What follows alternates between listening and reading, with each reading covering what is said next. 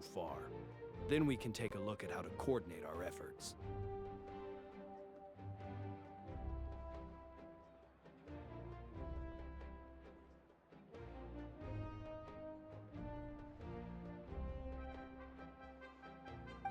All right. Thank you so much. Hi, Catherine. It's us. Got any new commissions? Ah, you two have come just in time. I've got some good news. The Pyro Archon has finished assembling her forces and stationed them all across Natlan. Given how the Abyss has ramped up its activities lately, we can no longer afford to act only after receiving news of an invasion. So the Pyro Archon suggested that the Scions of the Canopy and the Adventurers Guild focus on collecting and disseminating intel. That way, we can stay informed of everything that's happening across the land. Once we receive word of enemy activity, we can notify the nearest camp and the stationed forces can take immediate action. Yes, precisely. This should also allow us to focus on gathering information, rather than running around and trying to tackle everything at once. So please also take a chance to relax, you two. You've been working hard these days, and this will be a good opportunity for some well-deserved rest. So that's the plan. Whew, we can finally stop and take a break.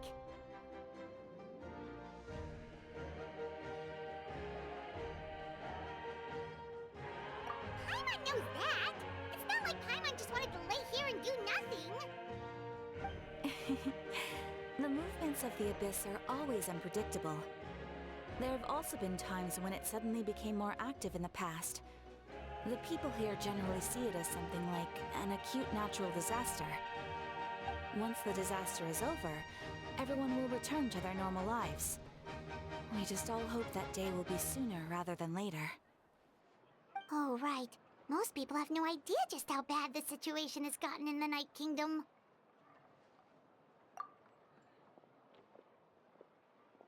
Oh, hey, Kachina! Are you feeling better now?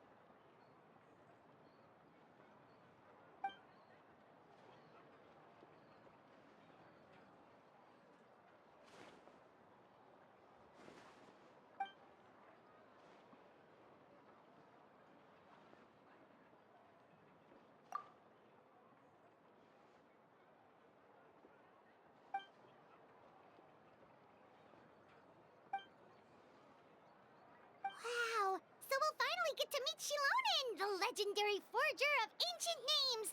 Paimon still can't believe anyone could forge those things.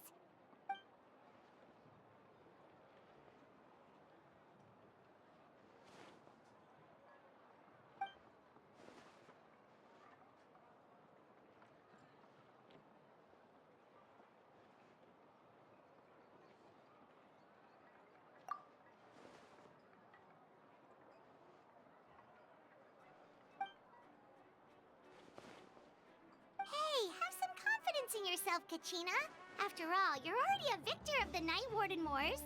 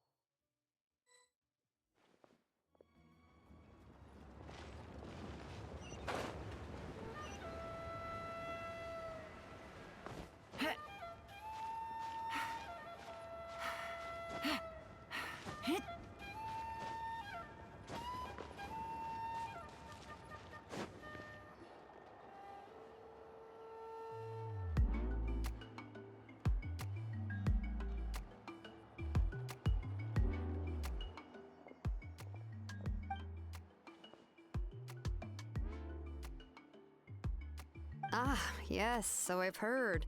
So young, and yet you've already got quite the reputation. Wait, are you Outlanders?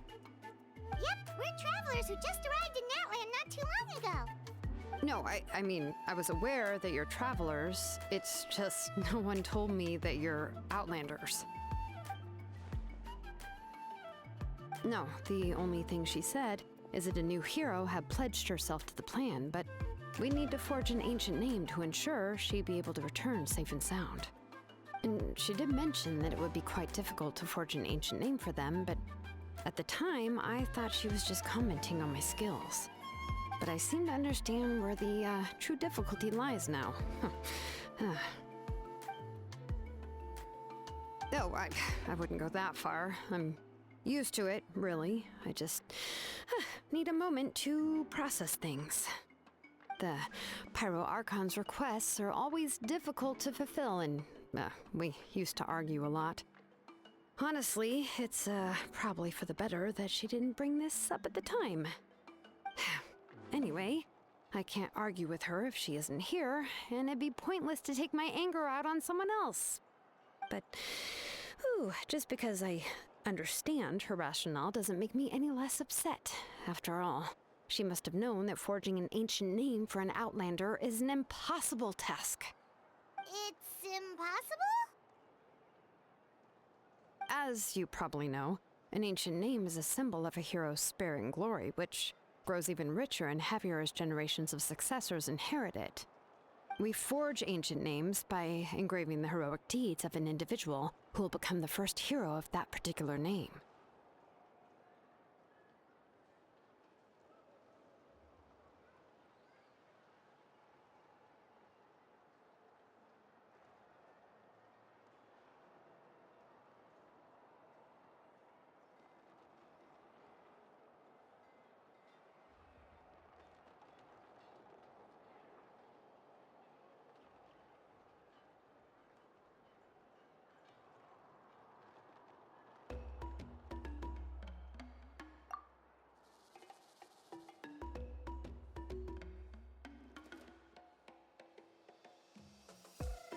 But they were all performed outside of Natlan, correct? Yeah, that's right. Then those deeds haven't been recorded by the Night Kingdom. To take it one step further, even if you had performed heroic deeds in Natlan, as an Outlander, your actions still wouldn't have been recorded by our lands. Only memories and experiences that have been acknowledged by the Wyab can be used as a basis for an ancient name. Even the greatest of craftsmen cannot create something out of thin air, you know. That's just how it is. Seems the Wyab don't want just anyone to get a name, huh? Mawika, of all people, should know better than anyone, yet she's still entrusted the task of forging the ancient name to me. Oh, Paimon gets it. Nobody's happy being asked to do the impossible.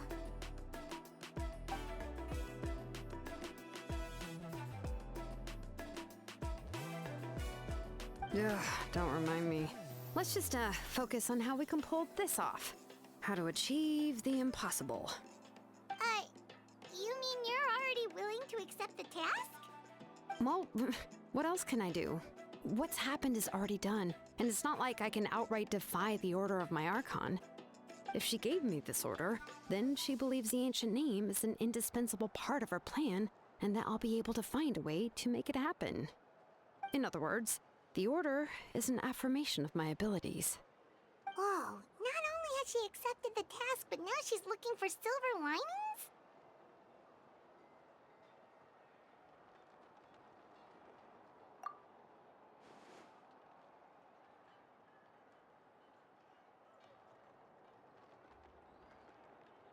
The key is getting the Wyab to somehow acknowledge the traveler's existence and record her heroic deeds. We heard the voice of a Wyab when we were in the Night Kingdom before. We even had a whole conversation with her. If we can talk to her again, maybe we can figure something out together. Well, every tribe has their own Wyab. How do we know if the one you met is indeed the best one for us to talk to? Plus, considering the unprecedented nature of this situation, I have a feeling that the acknowledgement of one Wyab alone would probably not be enough.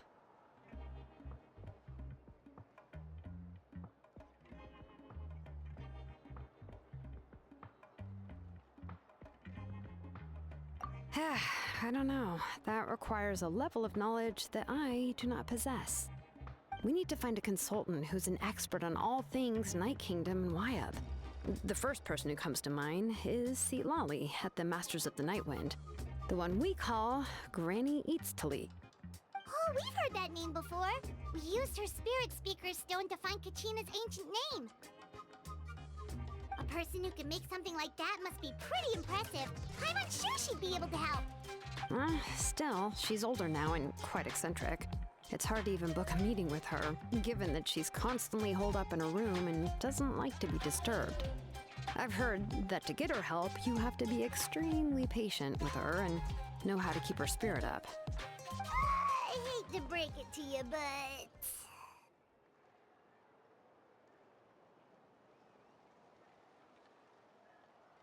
Huh. Why is that? I mean, didn't she already help you before?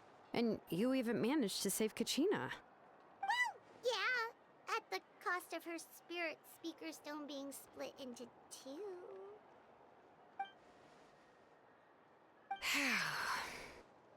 Great going, Moeka. We're already off to a rocky start here. In that case, I guess your only option is to try to emphasize that this is an important order from the Pyro Archon. Hopefully, Seatlali would still want to show respect to the Archon. I'll also write you a letter on your behalf. If you can find someone to deliver it and mention some good things about you, then that should help too.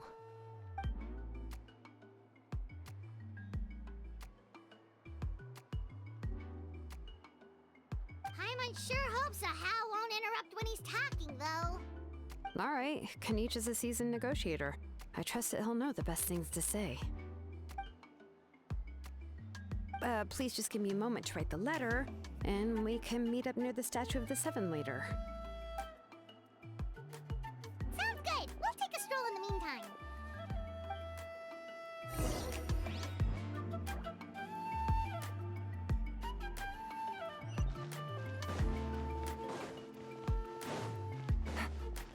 Woohoo!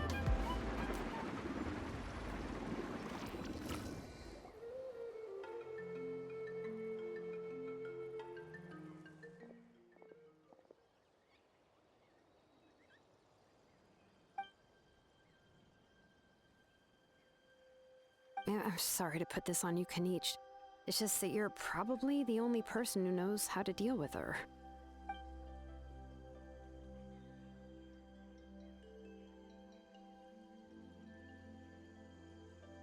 Oh, wait, so Kachina and the Traveler also know about the plan?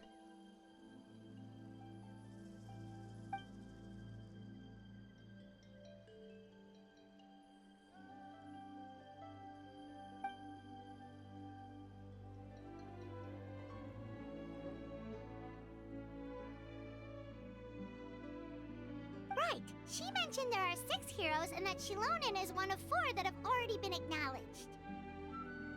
Oh, well, then I suppose there's no need to keep any secrets between us.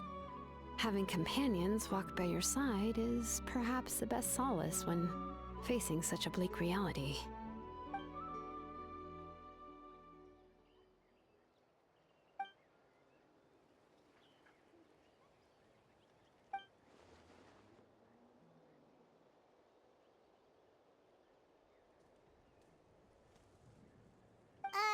Seatlali knows him too?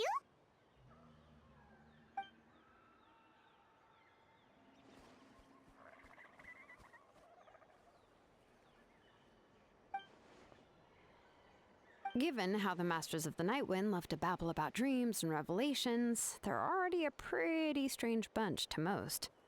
I've never met Auroran, but if they consider him the odd one, he's got to be pretty far out there. Huh. Makes sense. But Paimon wonders how Seatlali could be the first one to notice Auroran's disappearance if she spends the whole day in her room.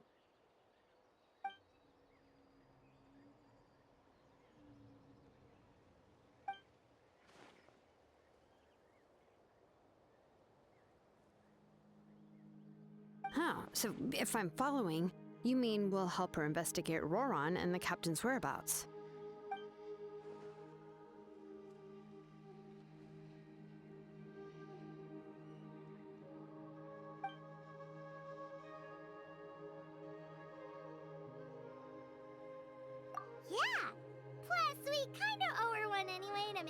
breaking the spirit speaker stone? Ah, this is a pretty well thought out plan, as expected of Molly Poke Nietzsche. Then, yeah, I'll leave my letter to you. Let's hope Seat Lolly can meet at the stadium in 2 days.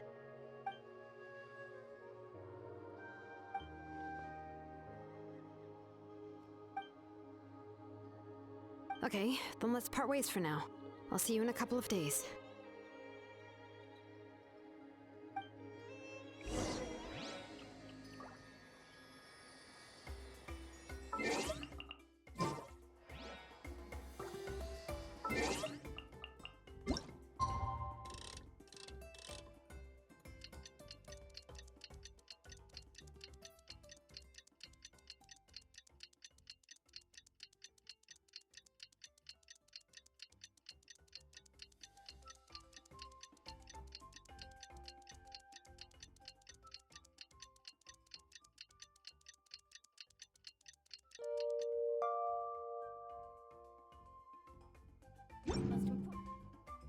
Part of going out to have fun? Oh, it's time to meet up with Shilonen.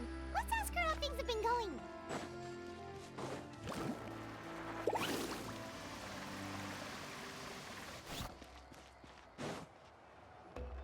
Hey, Shilonen, how's everything going? Oh, hi, Traveler and Paimon. I have bad news. Seat Lolly did not reply to our request, although I suppose I'm not too surprised. Huh? You mean she didn't even bother to give Kenichi a response? Guess she really does have quite the ego then. Yeah, well, she can be also quite eccentric, though she's one of the most gifted people around.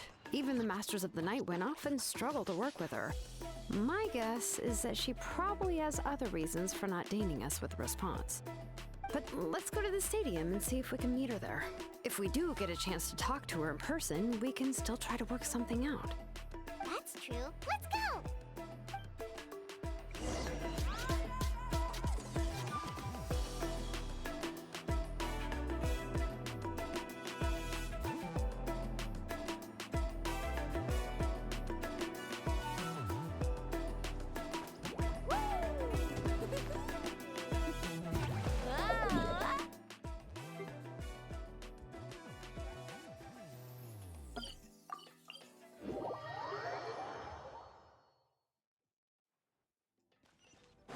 Carving way!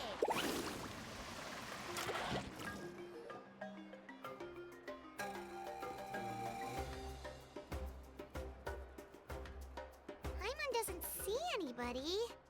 Seems she's just not gonna show up, huh?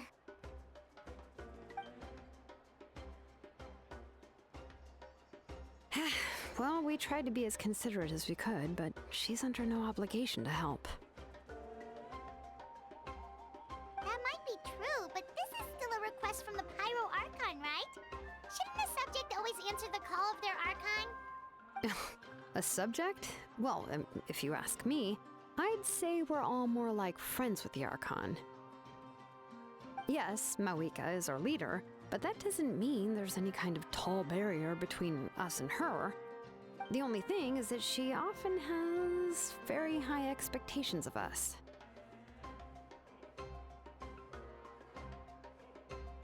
Huh. So even though she's super powerful, it sounds like she's actually pretty down to earth and easy to get along with. Unlike that old hag Granny Eatstily, right? Does she think she can ignore us just because she's famous? You all talk about her like she's some kind of huge deal, but she didn't even bother to reply to our letter! Seriously, if she didn't want to come, she could at least let us know. If that's what aging does to you, Paimon never wants to get old. Oh, really? So, that's how you see me? Who's there? Who's talking next to Paimon? Oh, don't mind me. I'm just a disgruntled old hag, right? Come on, relax. I'm sure my bark's worse than my bite. Huh? See Lolly.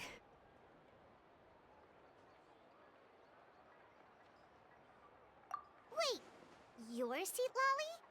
You're Granny Eatstily? Yes, Granny Eatsley. But emphasis on Eatsley, not Granny. Ah, you must know this trope from light novels, surely. They use it all the time. The young man who's actually the oldest person in the room. The girl next door who turns out to be a seasoned veteran. The wise sage who looks like a little kid. Oh, wipe that look off your face! You've seriously never seen an older lady that doesn't look her age? Okay, well, don't go thinking it's a trick either. See? I'm barely wearing any makeup. Did I forget to mention? She's called Granny, but she's actually pretty young.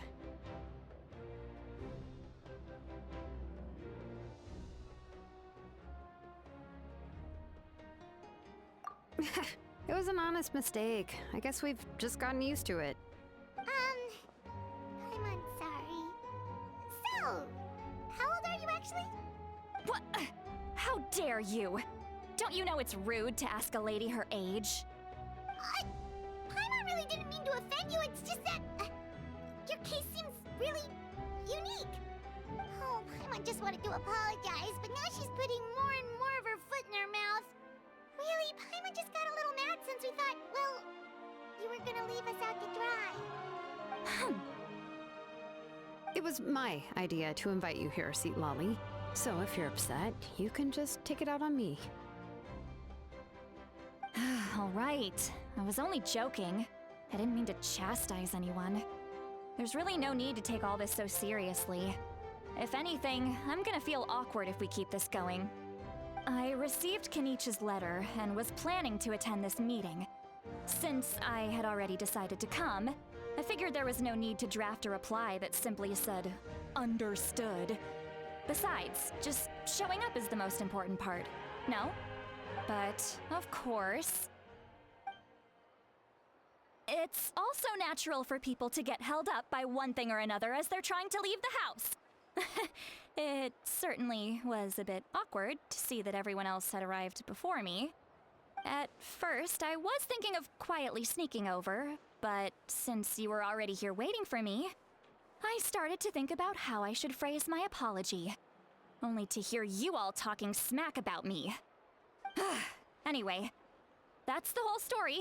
Honestly, it's not like I owed you an explanation anyway.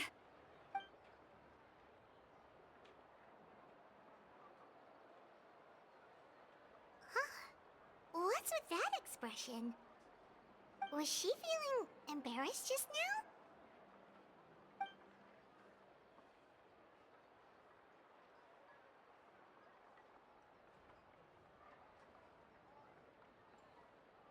When the Masters of the Night Wind say they struggle dealing with her, I wonder if the feeling is mutual.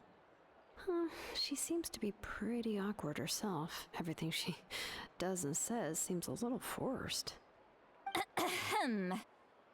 Anyway, Shilonen, I heard that you require my help in crafting an ancient name. Correct. The situation isn't like anything we've handled before. Let me explain. I see. So Mawika has asked you to forge an ancient name for an Outlander. Well, that would be a first. And you've also heard all about Auroron. I must say, he's always been a good kid. I can't see him joining the Fatui of his own volition. He must have been coerced somehow. Yeah, that's what we came here to ask you. We'll help bring Auroron back if you help us solve the problems of forging the ancient name. What do you think? I suppose I'll just call you Traveler for now. Traveler, come here. Let me take a good look at you.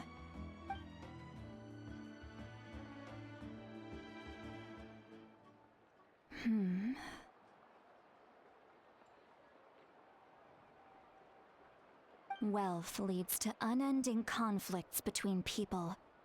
Yet you alone transcend the value of gold. Baleful thunder and wrathful waves bring terror to mortal hearts. Yet, again and again, you've braved them to find new worlds. A weary yet free soul, even the most verdant leaf in the forest will pray for your happiness and safe passage. Those are all the things that I could see in you. You've experienced far more than even most mortals could dream of. You possess the heart of a sincere hero, along with the conviction to lift a torch above your head and walk headlong into the night. Huh? Don't move. There's something here. Huh? What thing? Don't scare Paimon. Is the traveler gonna be okay? Ah, shoo! Ah, that should do it. You've just returned from the Night Kingdom, so some fragments of souls were still stuck to your body. No need to worry. I've just cleared out the last of them. Isn't that kinda like having part of a ghost come back with you? Ah, it's nothing as serious as that. If left unattended, the most it could do is stir up some chaos in your mind, and generally worsen your mood. Well, in that case, better to get rid of them.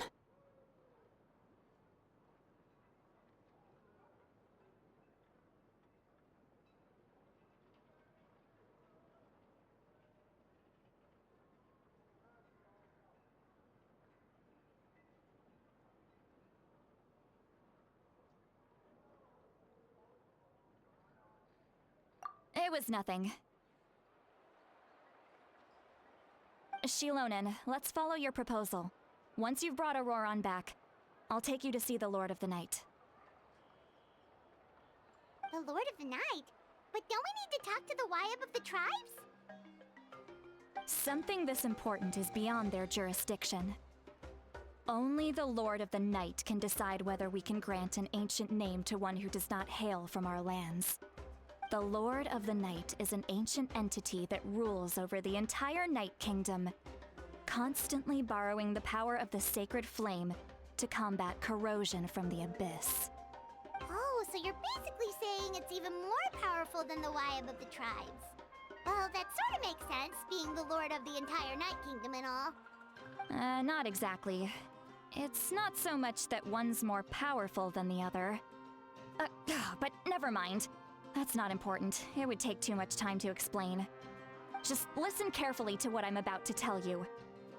The Lord of the Night is currently in a deep slumber, and we can only communicate with its consciousness while in a trance. In other words, in a dream. But I will need to prepare a few more things if we are to hold a ceremony to achieve the state of the trance. I'll make a list. Can any of you get everything for me? I can go.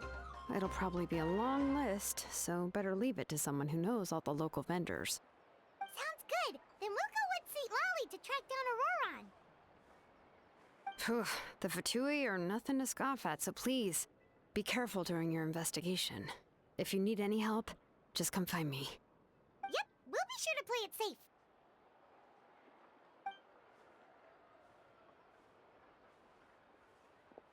All right, now it's time for us to catch that brat and bring him back. I'm sorry I made you wait earlier. It was actually because I decided to swing by Auroran's place to look for clues. He has always lived alone, and I found a broken jar in his house. There was also something off about his phlogiston aphids, which I assume is because their keeper has been gone for quite some time. And interestingly enough, I saw some slash marks in the house that did not match any of our local weapons. My guess is they were left by Snezhnayan arms. Oh, sounds like the Fatui broke into his house and took him hostage. But why would they kidnap a kid who just spends his days living in the country and raising aphids? He's only in his 20s. What would they want with him? That's not to say that I believe he's totally innocent, of course. Since he's the only one who was kidnapped out of everyone in Natlan, he must have done something to attract their attention. In any case, we'll get to the bottom of this once we manage to get him back here. I'm truly sorry to put you two through all this trouble with me. But please help me get him back. You can count on us! All right, then let's start by heading to where Auroran was seen last.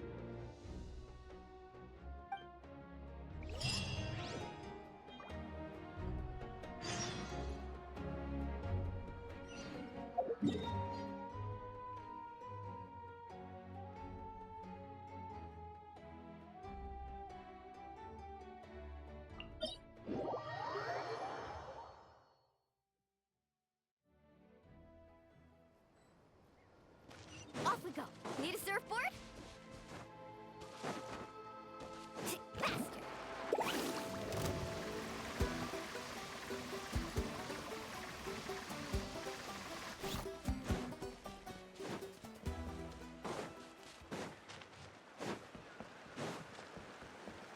Carving waves!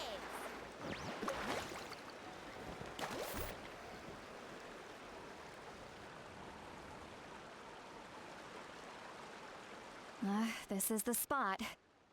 An eyewitness claimed to have seen Auroron speaking to some Fatui soldiers here. I don't know how much you're willing to believe me, but Auroron really is a good kid. I see no reason why he'd suddenly get involved with the Fatui. I'm convinced that what the witnesses saw was actually the Fatui coercing him, or perhaps trying to extract information. However, I doubt anyone would believe me, given there are no signs of a fight. Didn't Kanich say that she's a big name in Natlan? Feels kinda weird to see her so frustrated and helpless like this. Auroron?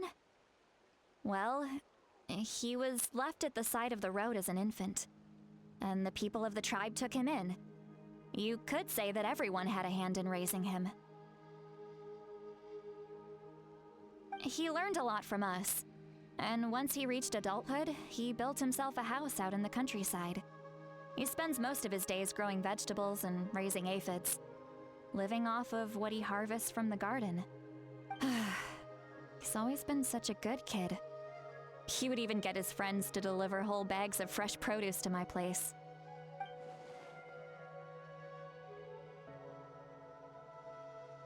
Oh well, let's keep looking. He can answer all of our questions once we find him. He's been raising phlogiston aphids for a long time, and since they were disturbed, they secreted a special type of phlogiston. We can use that substance to track his movements. Let's follow the phlogiston trail. Huh? What trail? Paimon doesn't see anything. Oh, right. I forgot your eyes don't naturally perceive such things. Here, give me your hand.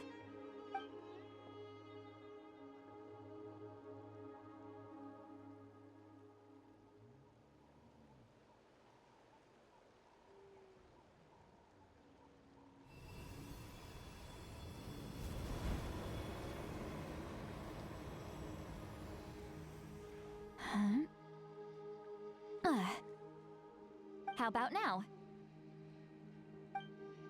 What do you see?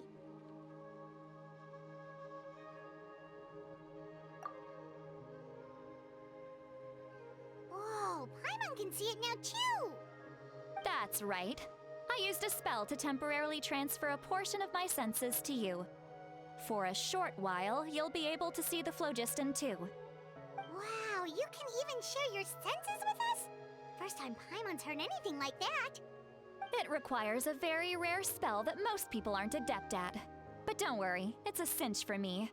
Between the two of you, it seems the Traveler's senses are a bit stronger than Paimon's.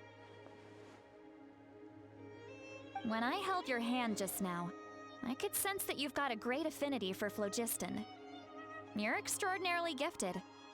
Anyway, we'll need to use our vision now to track down Auroron. Good luck, you two. Over here, this way! See, Lolly might say a lot of deep and confusing stuff, but this spell of hers is really something. What was that? Oh, Paimon was just complimenting you. Really?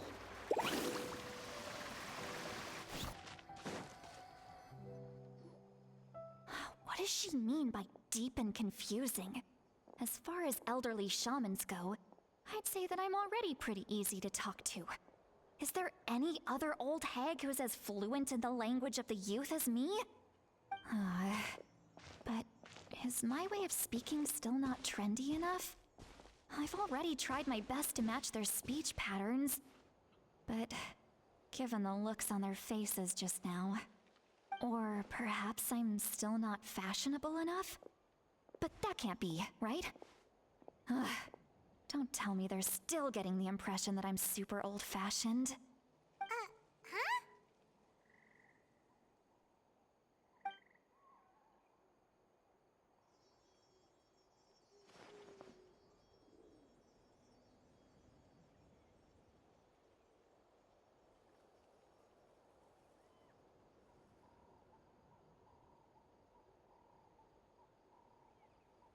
Was that St. Lally's voice?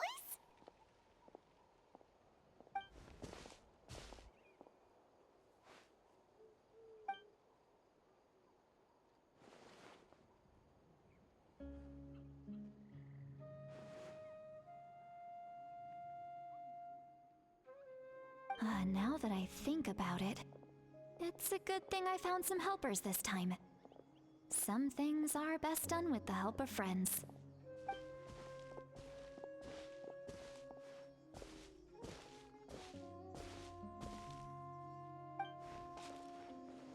Oh? They appear to be feeling quite confident. Looks like our work will go smoothly.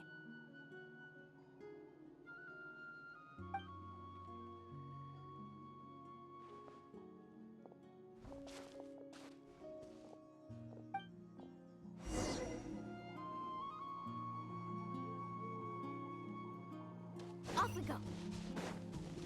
Hey, looks like there's a new camp over there. Yep. Judging by Paimon's experience as a guide, it definitely looks like people set up camp here. Wait. The phlogiston here is a bit odd. Let me see. Paimon sees a small shape here. Could it be some sort of symbol? This is a distress signal for the Masters of the Night Wind. Only someone from our tribe would recognize it. So Auroron was indeed being threatened. We've got to find him, fast. Leaving such a subtle mark implies that he was trying to be discreet. In other words, he was probably under the Fatui's watch. If they notice us, we can just charge in and fight them to the death. But what if my darling grandson is also there? I can't have him caught in the crossfire. No, I've got to be careful. Otherwise he'd get hit as well. How annoying. No, I've got to stay calm and keep my composure.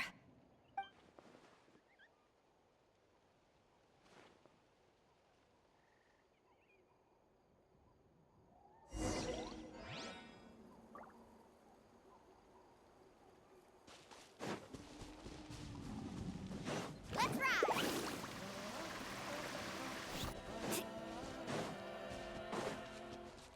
Need a surfboard? Off we go!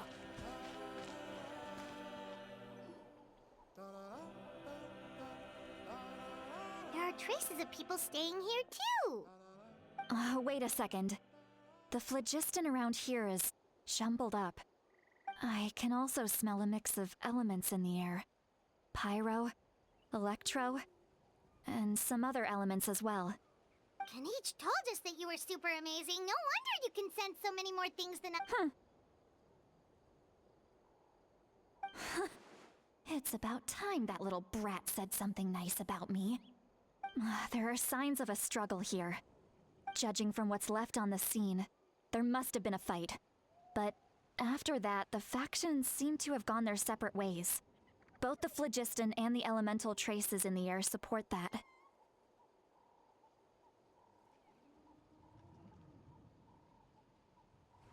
Do you still remember the little mark we found before?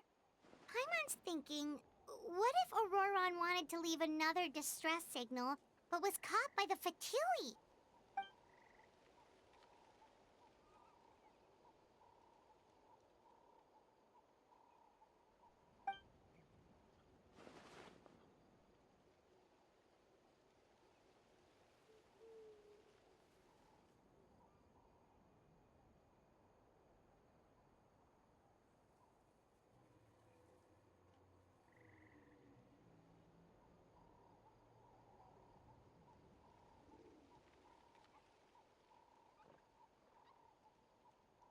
Given there are two signals leading from here, we should split up as well.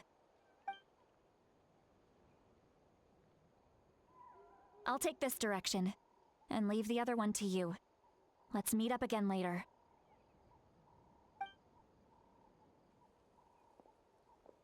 Auroron, what the heck were you doing? It's one thing to trouble me, but now I had to bring other people into this as well. Ah, you little brat. And off she goes! Traveler, did you hear all of that as well?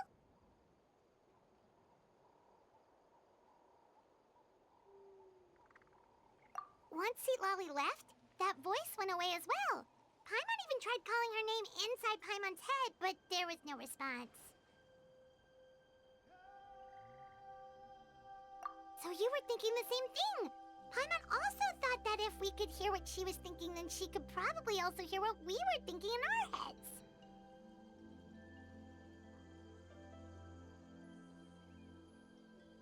She did say that she was quite adept at this spell, and it doesn't sound like she's had any trouble with it in the past. Huh, maybe we're a special case and can hear her thoughts as a side effect. If you think about it, she's really got a lively inner world. It paints quite a different picture from Paimon's first impression of her.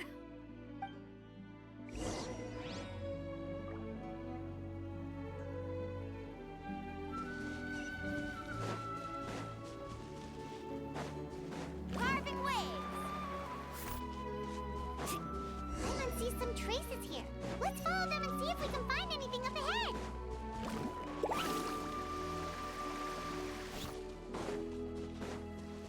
Need a surfboard?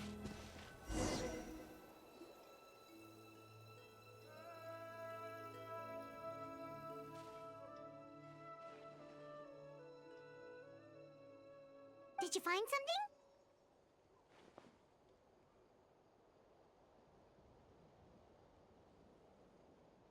Huh. So we can't tell where Auroron might have gone from here. That's weird. The phlogiston trail suddenly stops. We can't make anything of these footprints either. But he can't have just evaporated into thin air, right? We know he wasn't alone. He had all those Fatui with him. So, you can hear the sounds of the wind from beneath the earth.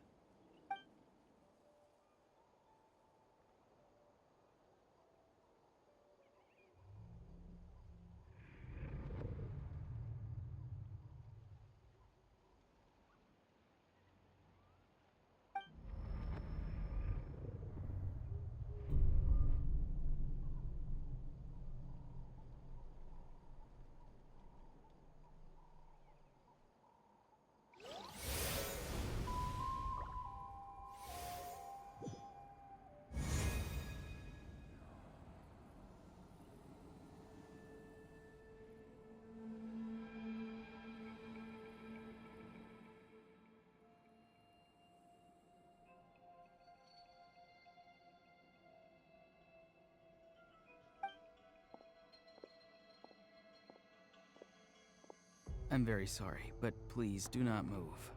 I have no desire to hurt you. I apologize that our first meeting has to take place like this. It's just that you're much like one of those animals with ears that perk up as soon as it senses danger in their environment. And given your combat proficiency, I would not have been able to gain an advantage over you if you were anywhere else in the world. However, hello, traveler. I'm Auroron, the one you've been searching for. Ah, the Fatui's custody. I see. So even Granny has told you that I was coerced by the Fatui. I'm afraid you've been brought here by a lie, like a false omen in the lingering smoke. My friend and I only left those traces to lure you here. Deceiving you was never our true intent, however. It was simply the fastest and most feasible way for us to set up a meeting.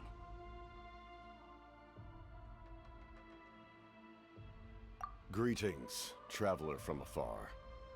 Be careful with this traveler. Her soul is temporarily restrained by us, and it appears to have become more fragile in the process. It's taking all my concentration to hold on to her. It was I who tasked Auroron with leaving the traces to lead you here, and I who used the Master's ritual to bring your soul to the Night Kingdom.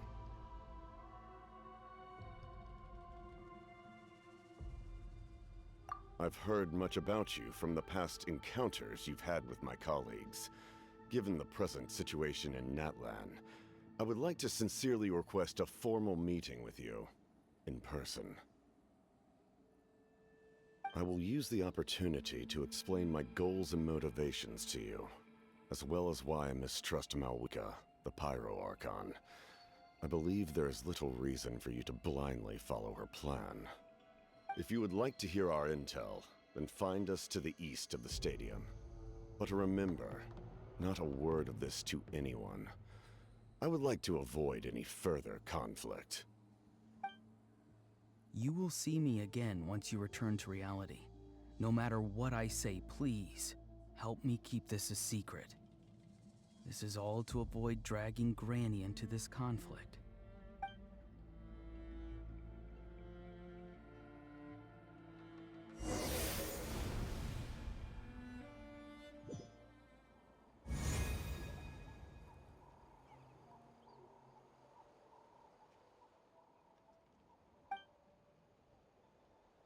Hey, what happened just now? You suddenly collapsed and stopped responding.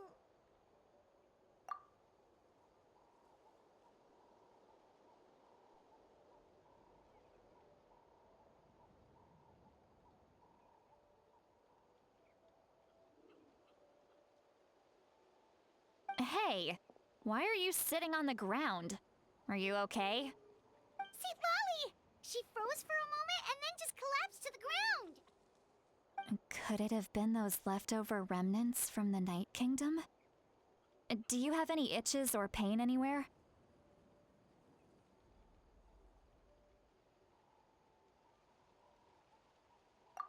Don't worry. We can take a short break. Sorry, I know I asked for your help. But had I known you were feeling unwell, I wouldn't have taken you on this trip with me.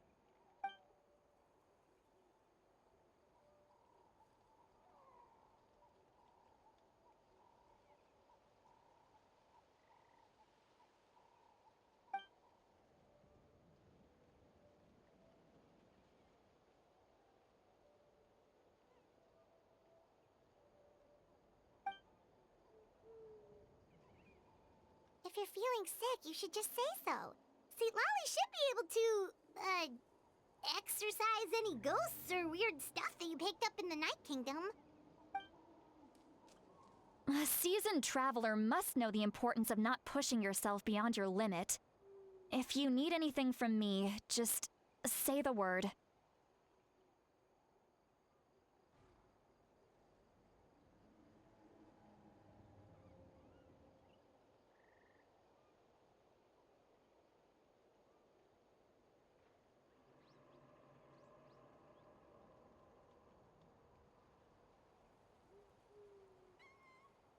In any case, let's take a bit more time to rest now.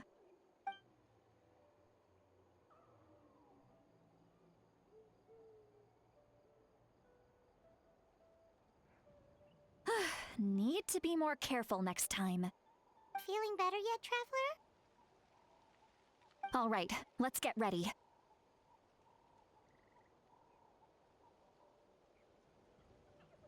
I followed my phlogiston trail earlier to a stronghold guarded by soldiers. I have a feeling that Auroron is probably being held inside. Oh, so it's close by. Then let's head over right away.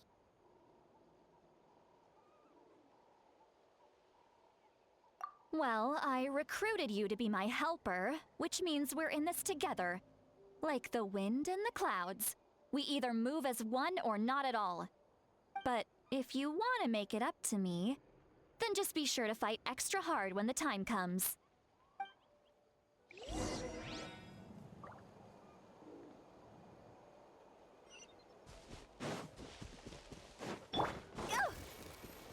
Woohoo!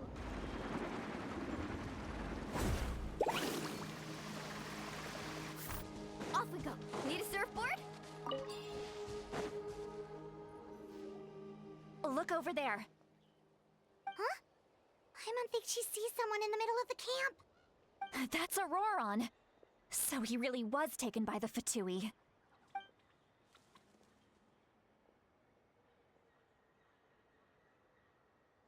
All right, we'll take the lead.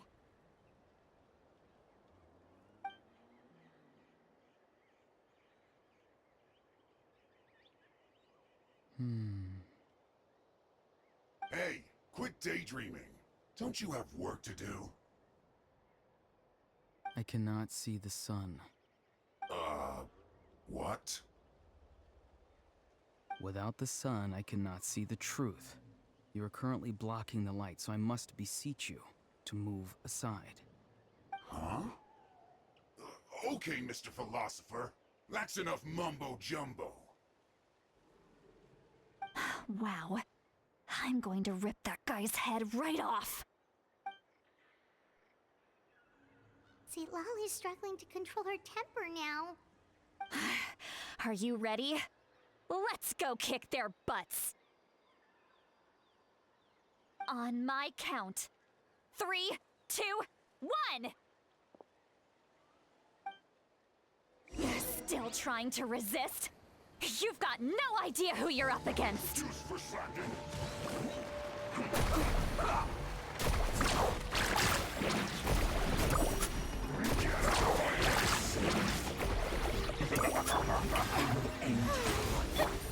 It isn't time Gotcha. for a break yet.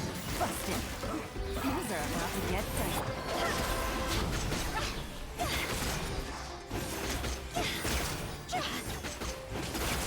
Send this quickly!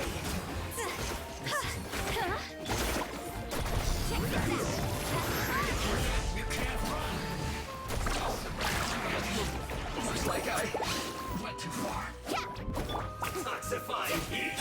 quietly now. Gotcha. Game's up. Auroron! Granny! Paimon knows she's called Granny Eatsley, but it's still kind of weird hearing someone actually call her Granny.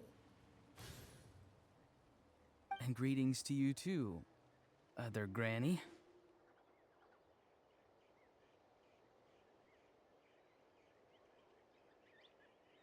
What did you just call her? Granny. Is that not right? You are Granny's friend, are you not? How many times have I told you? It doesn't work like that. There are a lot of people who look about the same age as me. You can't go around calling everyone Gramps or Granny. Oh, wait. He's not a child, is he? Don't tell Paimon he's one of those people who look like an adult but are actually only 8 or 9 years old. Oh, your words have pierced my heart like a thorned vine. Given how hard those thorns are to remove, I may just need to find a pair of tweezers. Why are you so upset? You can just say yes or no. Of course I'm not a child. It's just Granny always taught me to show gratitude where it's due.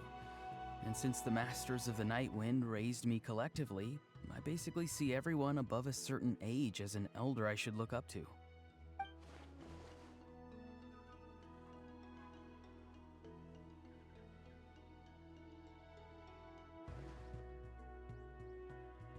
Exactly. But if you keep that up, then everyone's going to be your senior. And do you think saying all of this is gonna save you from a scolding, Auroron? Haven't I told you 100 times since you were a kid? Heed the 3 warnings. Be wary of beasts prowling around, scammers looking for their next victim, and strange people who appear out of nowhere. Oh, so you do remember, and you just chose to ignore them. I always knew that living on your own was going to get you into trouble sooner or later. But getting kidnapped?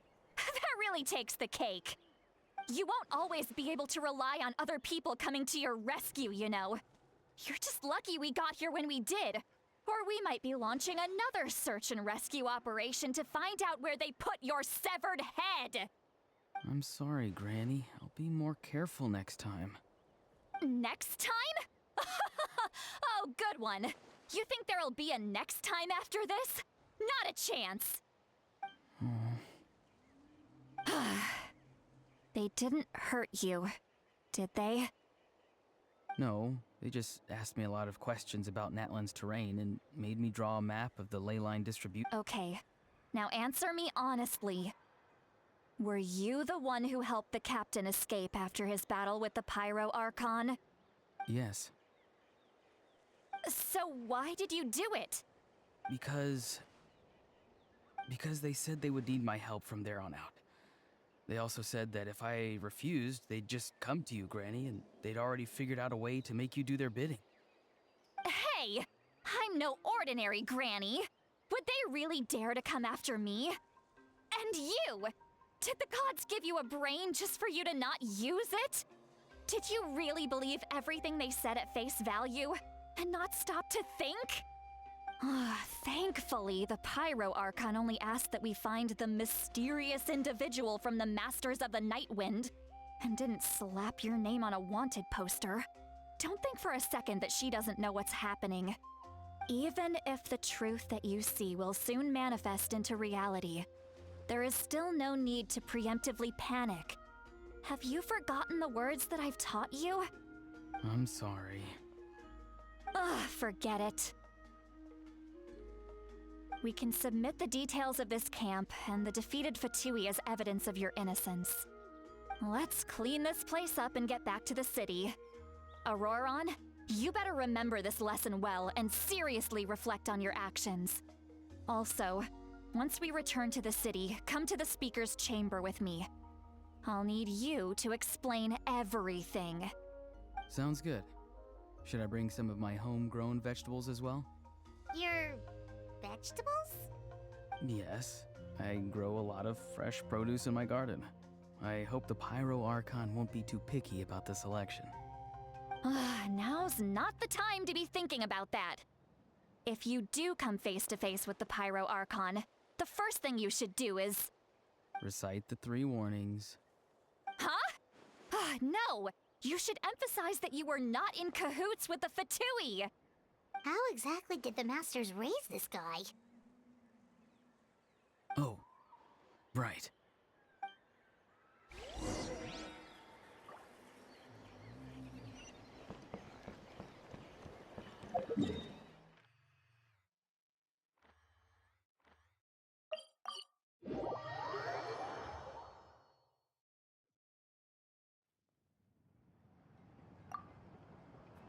I see. So Auroron came to the captain's rescue because he promised to help him in exchange for Citlali's safety. That's right. I'm sorry. Now that you know Auroron was only trying to protect another member of his tribe, could I ask you to petition the Pyro Archon for her forgiveness? We'll give her a full report. We'll let you know once she's reached a decision. Will I need to stay here? Technically, yes. But if Miss Citlali is willing to serve as your guarantor, then we can release you from custody. Sure. I'd be happy to do that. I don't have any more time to waste here. I still have other things to do. Understood. Thank you very much. Mr. Auroron, please report back to the Speaker's chamber as soon as you've received notice of the Archon's decision. I understand. Thank you. And thank you too, Granny. Whew. Well, at least you won't need to hide your face anymore. Traveler, Paimon, thank you very much for your help. And don't worry, I haven't forgotten about my side of the deal. Once Auroron is settled, I'll go talk to Shilonen and get started on forging an ancient name for you. Oh, thank you.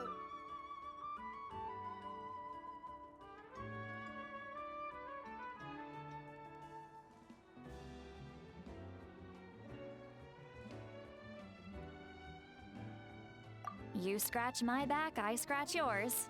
It's as good as done. You can just go twiddle your thumbs or something while you wait for the good news. Bye for now. Come with me, Auroron. We've got to find you a place to stay for the night. Goodbye, Mother Granny.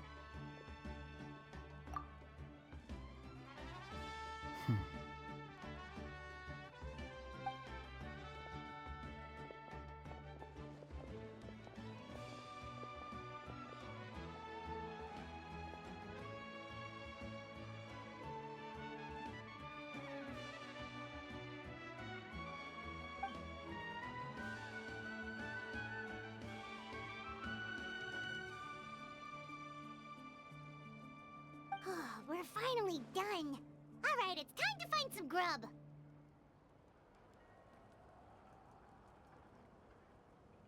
Huh? What is it, Traveler?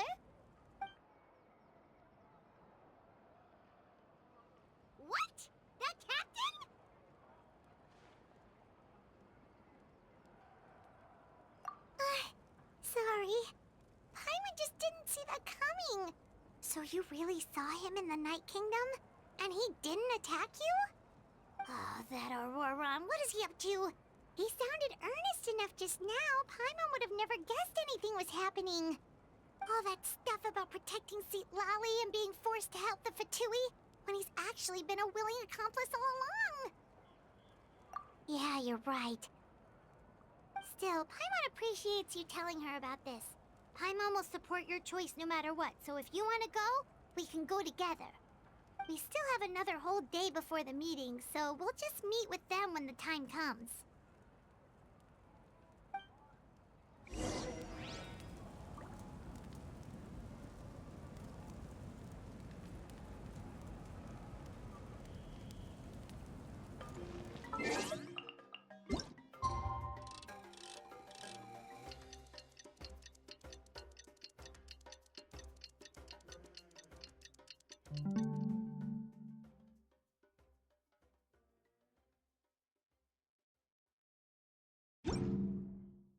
Silly churl, Billy.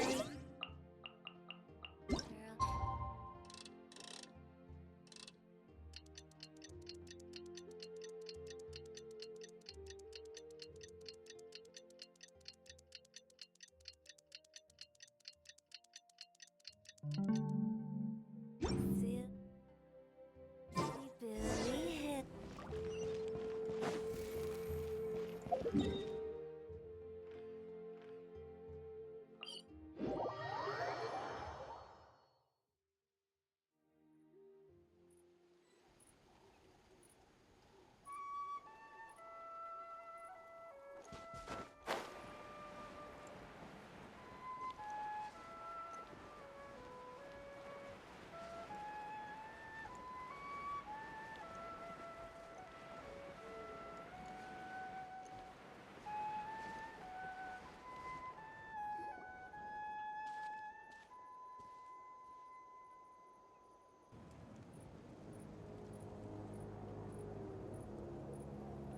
Weird.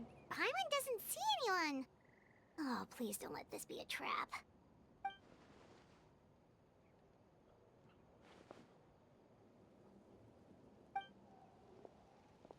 What was that? Good evening. Nice to see you again.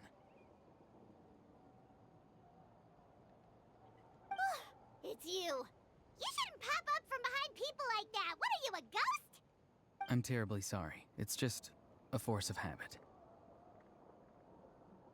Ugh, and what's with you apologizing all the time? You sound so polite and honest, but you're actually doing shady stuff behind people's backs. You're right. Granny tells me that too. Huh. Come to think of it, you remind me of her. Sometimes you two sound really similar, you know. Oh, so you're gonna call Paimon Granny too now? Well, I could.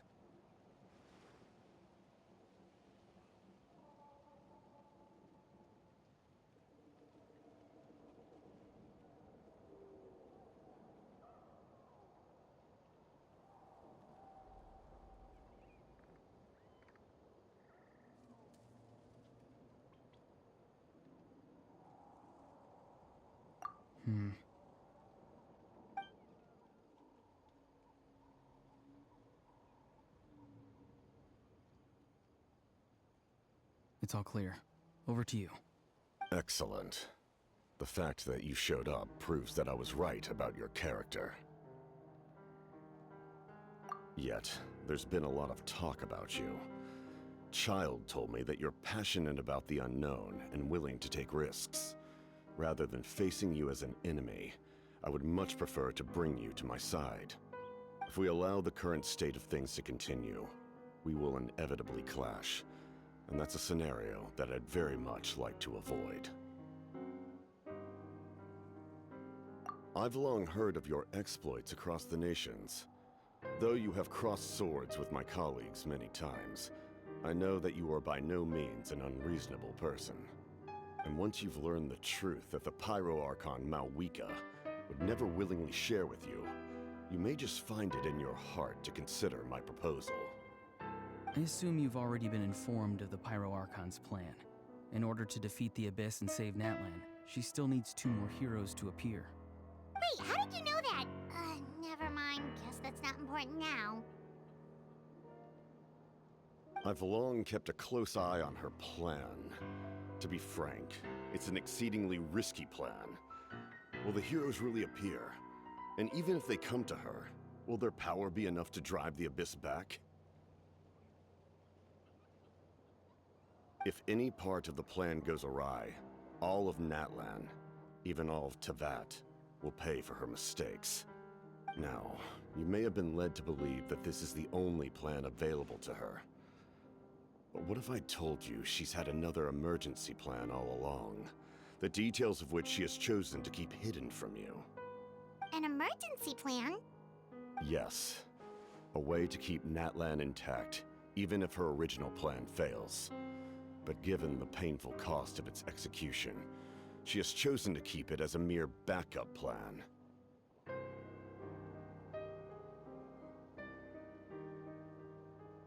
Whether this stems from hesitation, fear, or even naivete, I cannot say. But Natlan cannot afford to wait until she comes to her senses.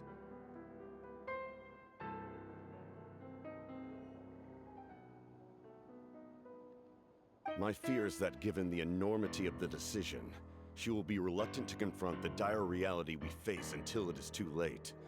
There will be no time left to execute the backup plan, and all of Natlan will be lost to the Abyss. We have to make the decision for her, here and now.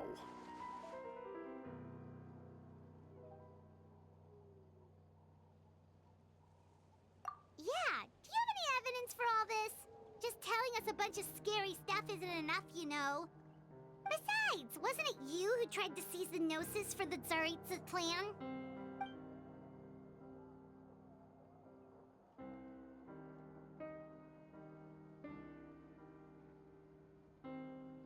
I knew you to be clever enough to see. That's right. I did not seek the Gnosis for the Tsaritsa. Since I was defeated in battle, I must put to rest my thoughts about the Gnosis. But even so, my desire to save Natlan remains unchanged. And now, I have found a new way to solve the crisis. We can implement it immediately if we reach an agreement. Someone's here. Huh? The captain disappeared! Something is rapidly approaching. Oh no. Something? Bad news, chump! It's your granny! Oof. See, Lolly? When did you get here? I knew something was amiss after we were separated. Hidden ceremonial tools, an unconscious traveler. I must say, I'm very curious about what you're up to. How dare you go behind our backs like this, Auroron? Colluding with the Fatui? Really? Oh, here we go again. Cat got your tongue, huh? You really think you can avoid a scolding just by staying quiet? I'm not trying to avoid anything. Oh, and now you're talking back. Well, go on then. Explain yourself. What the heck are you up to? I'm sorry, Granny. I feel so guilty. You! That's it! Where are my tools? I swear if I don't teach you a lesson right here and now, I'll... Wait, see, Lolly! Please, calm down. We, still learned a lot of info, didn't we? Like the fact that the captain isn't trying to seize the Gnosis anymore. So, maybe just save the scolding for later, okay?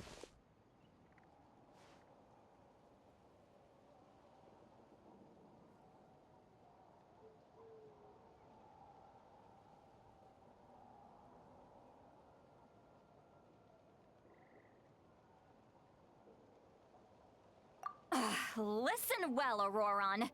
You're only getting out of this now because of the Traveler's plea. This isn't over. You hear me? You're right, Traveler. Let's go. We can discuss this more back in the city. You two keep an eye on Auroron for me, okay?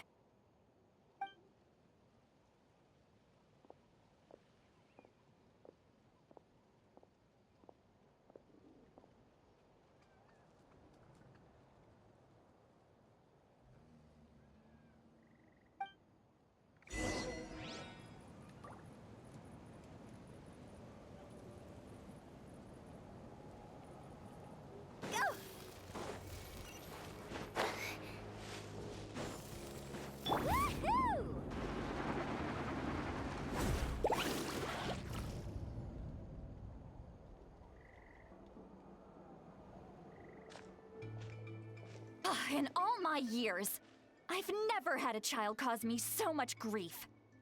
Do you seriously not see what's at stake here? You've got a head on your shoulders, Auroron. Use it! Why did you help the captain? And I want the truth this time.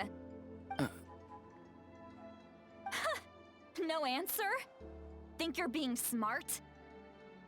Then let me ask a different question. What does the captain want? What is his purpose in Natlan? Really? You're just going to stonewall me?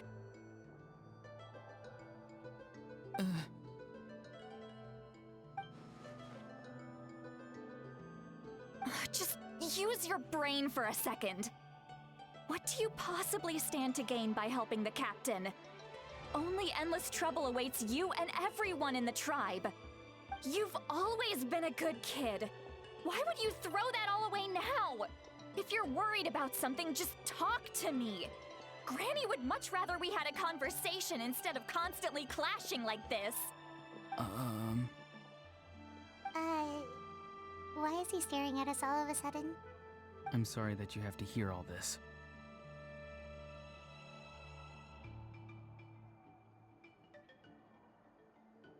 You're very kind.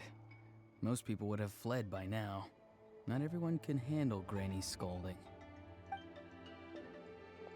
Oh? You dare gossip between yourselves instead of listening to me? You... Sorry, Granny.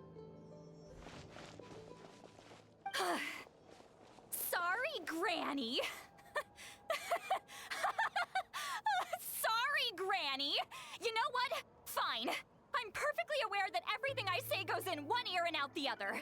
You're all grown up now, so why would you listen to an old hag like me? You say all the right things, but then you go and completely ignore me. Well, if that's how you're going to treat me, you can stop sending Aoife over to my place to— Who's Aoife? A delivery person? That's irrelevant. The point is, he hangs out with this kid, so he must be no good. You kids get to a certain age and suddenly act like you know it all. There's nothing I can say to get through to you.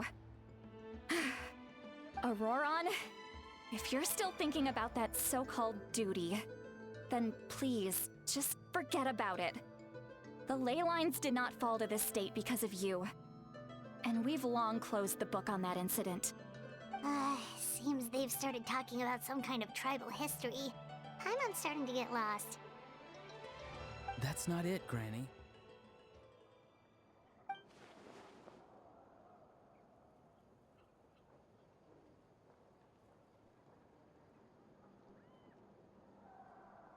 I know you tend to get down on yourself when you're upset, but I can tell I really hurt you this time. All I can say is I'm sorry. His voice. Auroron! Where have you gone? It sounds like he's somewhere super far away, but isn't he right here in front of us? I'm really sorry. It's up to all of us to do everything we can to save Natlan. So I've got to go. Get back here this instant! Auroron! What is this? Powder from plant spores? Is that the trick he used? What just happened? How was he able to suddenly get so far away like that? It's a trick of his. If you grind spores into a powder and spray it in the air, it can be manipulated to create an illusion. He pulled it off flawlessly. He must have put a lot of time into perfecting it. Don't tell me that's how he's been hunting in the fields these days. Couldn't he have picked up something more useful? Little brat. That's it. The next time we meet, I'm definitely going to break his legs. Whoa, that's a little extreme. But still, why does he feel like he needs to run from us? If his goal is also to protect Natlan, then can't we work together?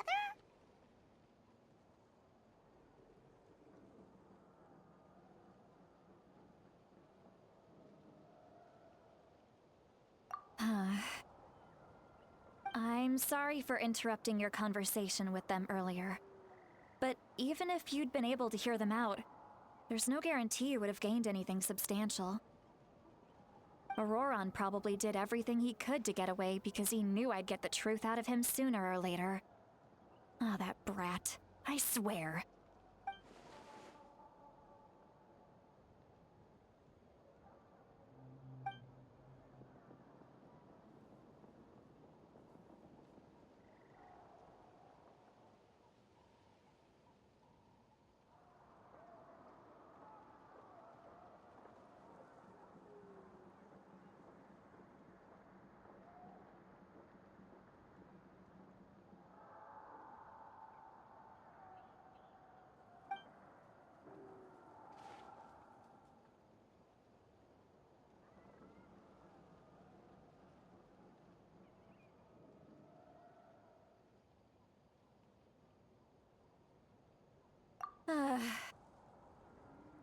We've got quite a long walk back to the city.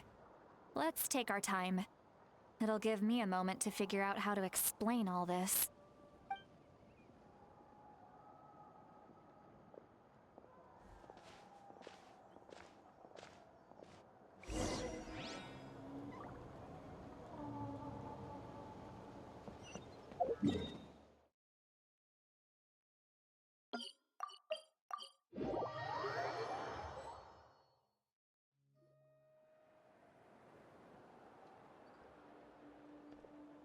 Do you two have some time? Feeling hungry? How about we get something to eat? Oh, right. It's been a while since we last ate. Now that we can relax, Paimon just realized how hungry she is. Then let's go. We can find somewhere to sit down and talk. Food and drinks are on me.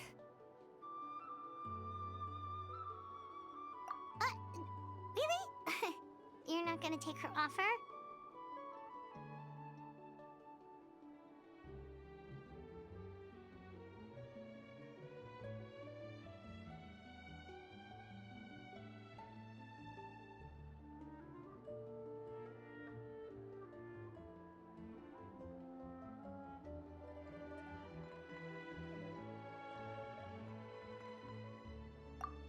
That's right.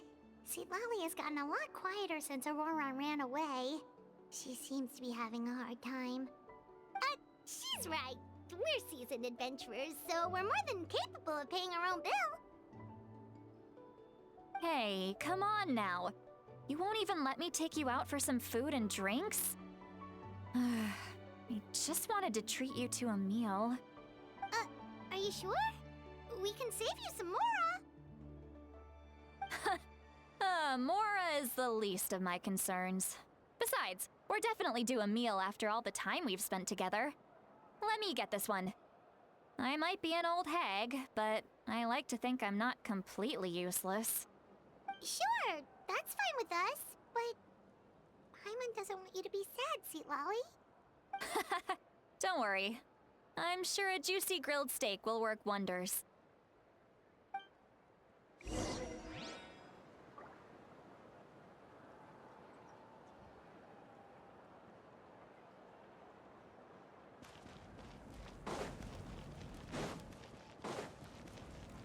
Let's ride! Need a surfboard?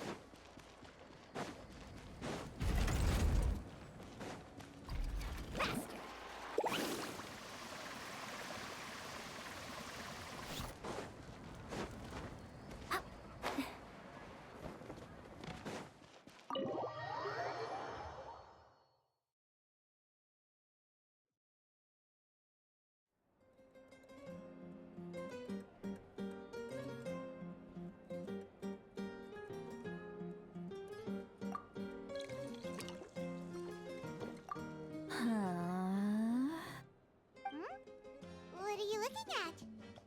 Do you see two people standing by the door? They look like spitting images of each other. Are they twins?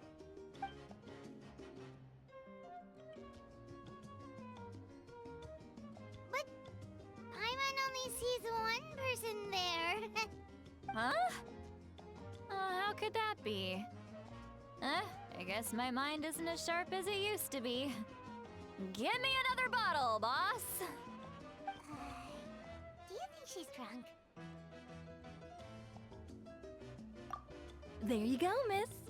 Oh my, it's not every day you get to see Granny Itzley here with some friends. Not to mention ones who've made a huge name for themselves recently. Oh, so you've heard of us? Of course I have. Aren't you the ones who saved Kachina and brought her back? No wonder you hit it off with Granny Sitlali. She wouldn't spend time with just anybody, you know. I don't even remember the last time I saw her with a new friend. Wait, so you call her Granny too?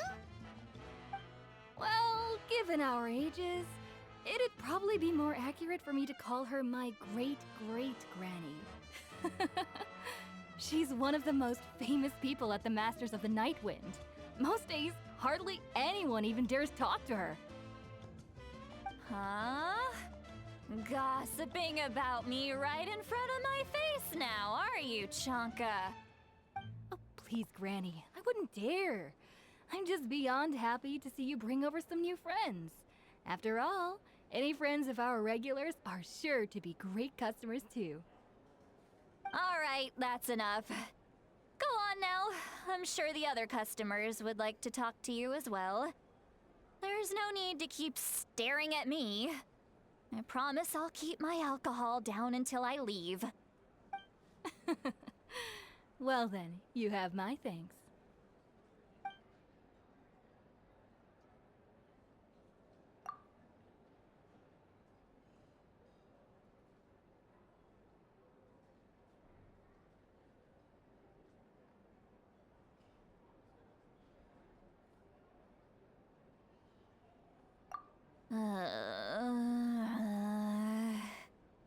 Sitlali?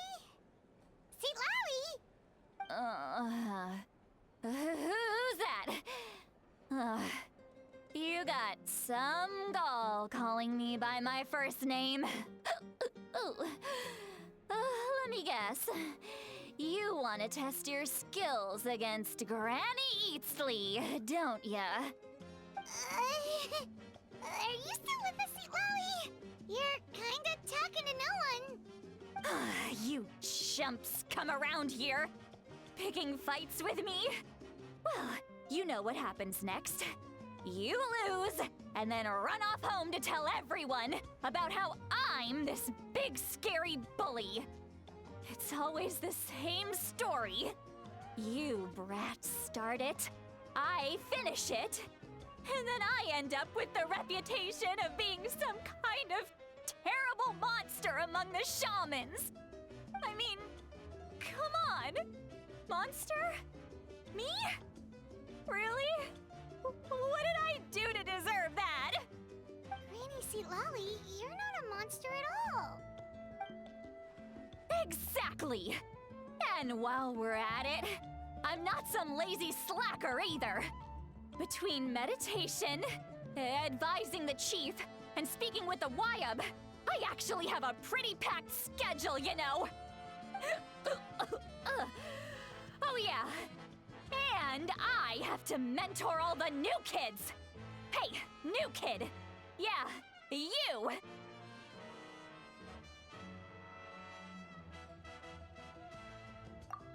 Don't play dumb. Didn't I teach you how to find phlogiston? You see? I know my stuff. I'm a good teacher. You tell him.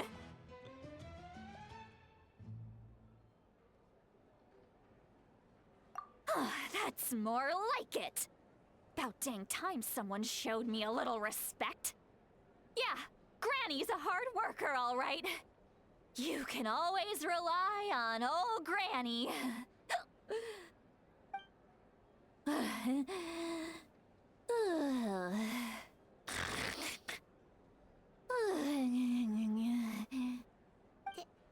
Did she just fall asleep with her eyes open? Oh, jeez.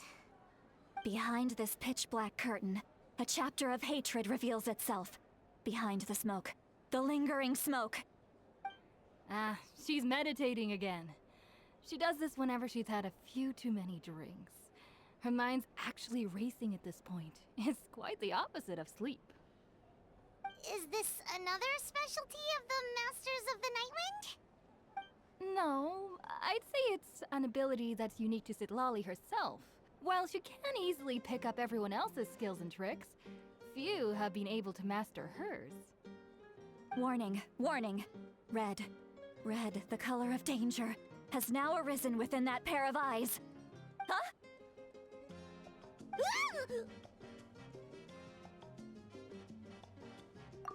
Traveler? Paimon? What's wrong? I'm gonna hurl. Hang on, just keep it in. Phew. Okay, it's passed. That was a close one. You had Paimon worried. Paimon really thought you were about to barf all over the table just now. How embarrassing. I'm sorry you had to see me like that. That's never happened before, I swear. Are you feeling okay? Wanna take a quick walk and get some fresh air?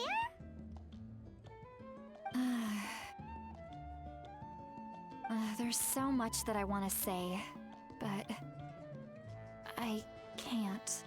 Why not? Of course you can. Just say whatever's on your mind.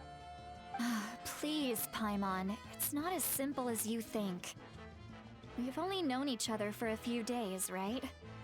What would you think of me if I were to start dumping all of my complaints on you after we've only just met? Oh, Paimon gets it. You're hoping that we wouldn't think less of you no matter what you're about to say. No, that wasn't my point at all! Seriously, don't you youngsters know anything about shame? I'm talking about shame! I've lived all these years and still can't get rid of it! Surely, you know the feeling too? Actually, about that.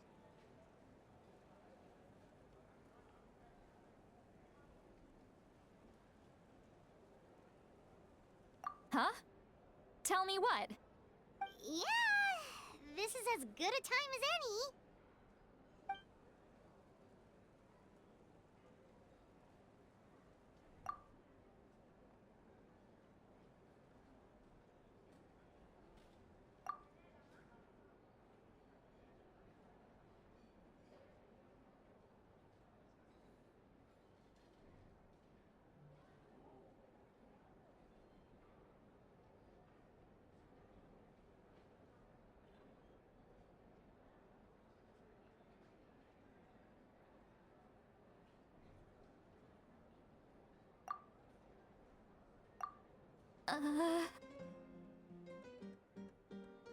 So, you heard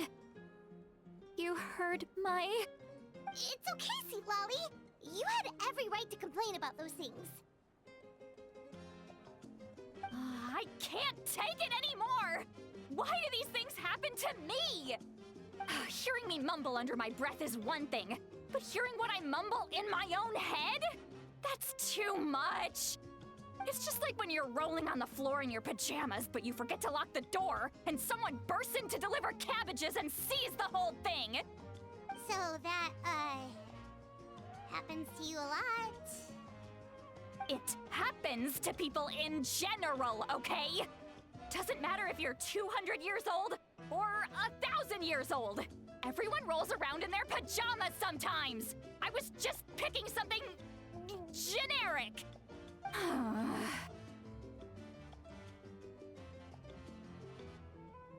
Take a walk with me. I have things to share with you. Looks like she's completely given up. Like those criminals who just confess everything and accept their fate.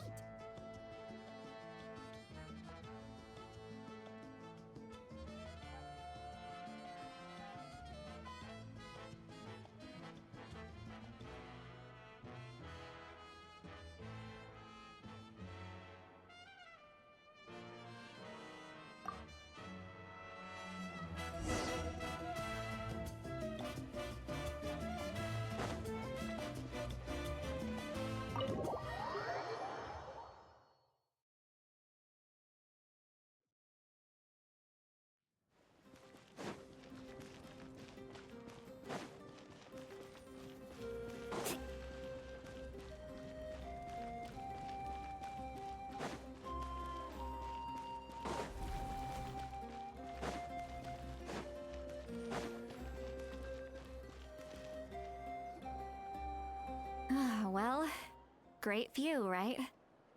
I love coming here by myself. Wow, it's beautiful! You're making me want to cry. Oh no, what do we do? Please don't cry! I was an expression, okay? A figure of speech. I'm just... embarrassed. Here you are thanking me. Even after you helped me all this time.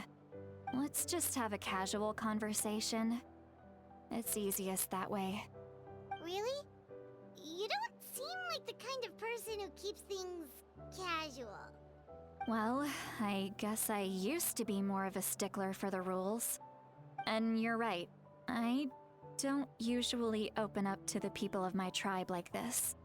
I'm just an eccentric old hag to them. That story's been passed down so long, it might as well be true. What? You're just a regular person. The kids of my tribe would have a heart attack if they heard you say that. Granny Eastley is a powerful figure. Be careful around her. That's what they'd say. Well, you are powerful. Are they afraid of you? Some are. Others are mad I always come out on top. A few decades like that, and people stop knowing how to deal with you. What about you? Are you scared of me? We don't find you scary at all.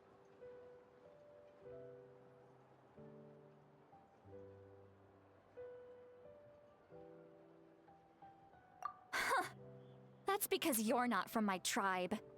You don't know how many delusions of grandeur I've destroyed just by existing. I make people realize that no matter how hard they work, they'll never become a living legend like me. Oh, not to brag or anything. Maybe it's hard to believe. Just pretend I never said anything. We believe you. Shilonen has full faith in your abilities, and Auroran didn't seem scared of you. He thinks of you as his granny, right? Yes, but Auroran's a special case. Mawika already told you about her plan. And you've given so much help to Auroran and me. You deserve to learn the full truth.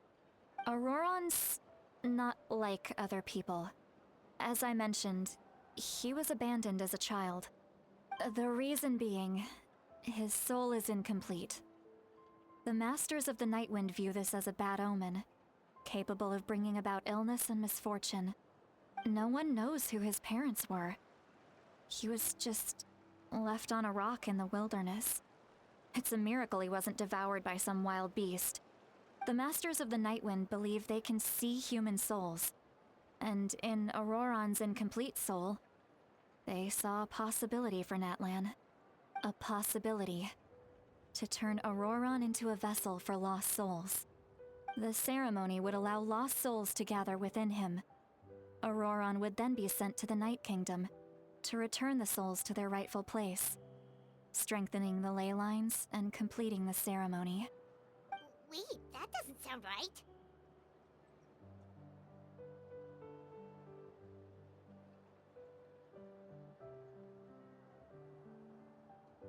Now you see the problem.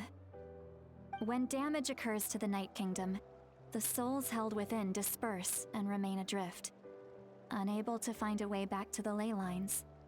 This loss of souls damages the Night Kingdom even further. The ceremony can send back countless souls at once, which would benefit the Night Kingdom and the souls themselves. Of course, the vessel, Auroran, I wasn't surprised the chief at the time came up with the plan. The ley lines were already in a terrible state. A suitable candidate for the ceremony appears, and now you have the chance to make things better. Of course you're going to take it. When the chief asked for my opinion, I didn't give my approval, but I didn't object either. So they went ahead with the ceremony. It failed. and Auroron escaped with his life. Pathetic, isn't it? By not objecting, I basically gave them the go-ahead. Maybe they didn't have my explicit approval, but it's not like I did the right thing. If the ceremony was successful, Auroron would probably be dead. Of course, in my tribe, death is rarely something to fear. But what kind of message would we be sending by sentencing a newborn to death? By using a human life as a tool? It's not right. So, when I learned the ceremony had failed, I was ashamed by my inaction, and absolutely relieved by the result. The plan was never a secret. Or, I guess I should say, there was no point to keeping it a secret. A simple investigation from Auroron would reveal everything. Everyone thought he would be happy he survived. And he never really said anything to the contrary. But just as I was about to put all of it behind me, he asks this question. Would Natlan have been saved if the ceremony succeeded? Wait, but it's not his fault. He knows that, but he still feels guilty. Auroron has a strong ability to perceive souls, more than any of us. He understands just how dire the situation with ley lines has become. Maybe he chose to work with the Fatui because he still thinks he owes a debt to Natlan. I can only imagine what they told him. Traveler, didn't the captain say he found a way to solve the crisis? Maybe that's what brought Auroron into this. Anyway, we can't just let things go on like this. We have to convince him to come back!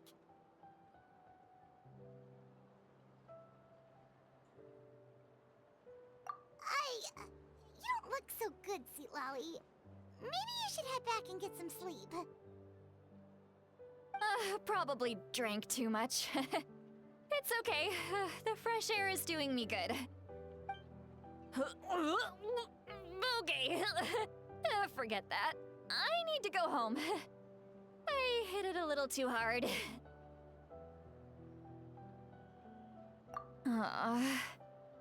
You've helped me so much already. How do I even begin to thank you? Hey, we're friends, aren't we? Besides, you already said you owe us a favor, so you don't need to worry about us. Good point. Well, I'll go home and get some sleep. We can figure out our next move in the morning.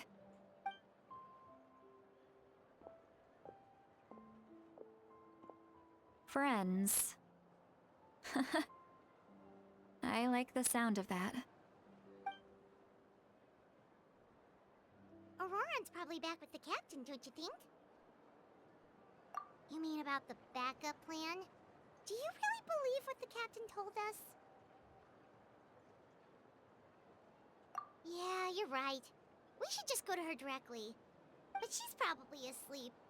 We can find her first thing in the morning. For now, let's... go to bed.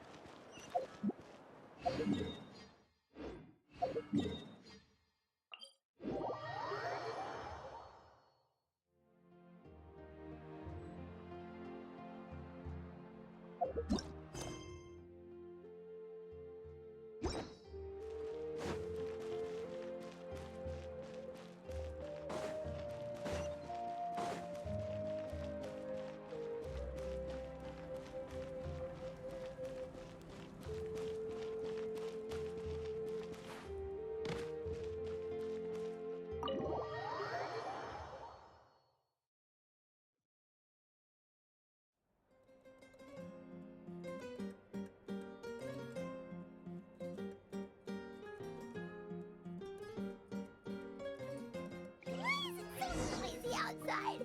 Pirates still haven't sleep. Well, guess we should see what's going on.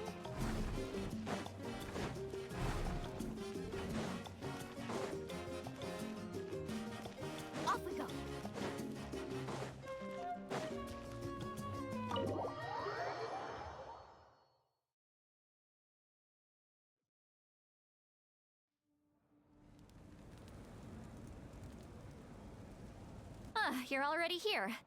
I was just about to come get you. Wow, you're up early. That's impressive, especially after all the drinking last night. Let's not bring up last night. I'm embarrassed about the whole thing. Anyway, I was also woken up by the commotion. Looks like all the warriors from the stadium are on the move. I heard many areas have been attacked by the Abyss, including the Masters of the Nightwind. I need to head back right away. The Abyss attacked again? Are you sure you can handle it on your own? Do you need our help? I'll be fine. We also have the support of the warriors stationed at the various outposts. Given that the stadium could always use more manpower, so you should join the forces here. I'm done making excuses for him. He's not a child anymore. He needs to take responsibility for his actions. I was the one who vouched for him, so I need to report back to the Speaker's chamber. I'll accept however they choose to handle the situation. But I should be able to convince them to let me go back to my tribe first to deal with the attack. As for the ancient name, once we handle this crisis, I'll talk to Shilonen right away. Don't worry, I never forget a promise to a friend. Thank you. All right, I need to start heading back. She left in a hurry. The situation must be really serious. Looks like a lot of people are heading to the stadium. Let's see what's going on.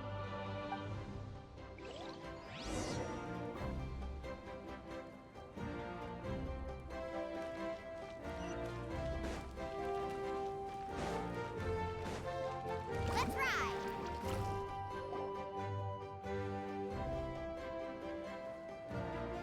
Traveler, over here! Perfect. Our star Outlander has appeared. Oh, you're all here! But, what's with the whole Star Outlander thing? Just my way of saying how awesome you are. We've got a real emergency on our hands, so this is the perfect time for you to show off your skills. Alright, but can we get a quick rundown of the situation first?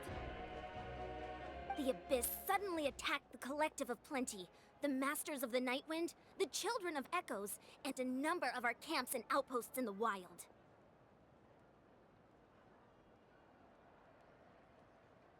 Yes, and the attacks are increasing in frequency.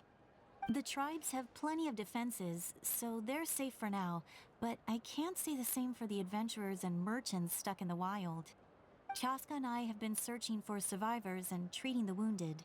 We just got back, but we need to head out again soon. I plan on heading back to the Collective of Plenty, just in case my tribe needs me.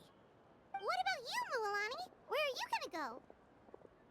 I'll go help the Children of Echoes. They're the closest, so I can start fighting right away. What about you guys? We could go together.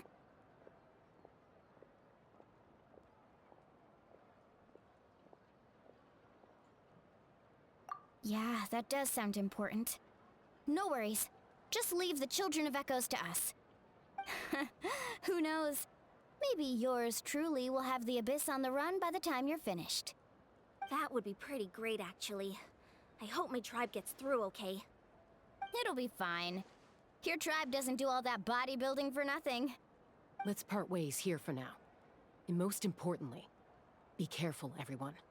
Oh, and some of us need to avoid getting contaminated by dangerous-looking substances. That will make my job a lot easier. Koichi, do we really have to do this now? It's alright. She's just looking out for everyone. Alright, let's hurry up and talk to the Pyro Archon so we can help the others.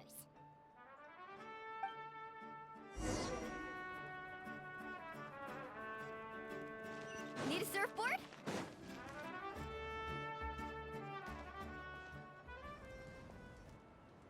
Oh, it's you two. As you can see, things are not looking good right now. People across Natlan are in danger. Look, I'm very interested in your recent adventures, but this is not a good time. So we'll have to keep our conversation short. That's alright, we're also in a hurry. We're gonna go help the Children of Echoes after this.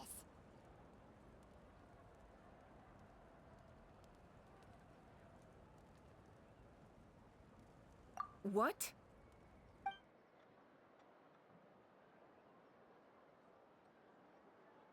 So he thinks my plan is too risky. He thinks I'm being stubborn.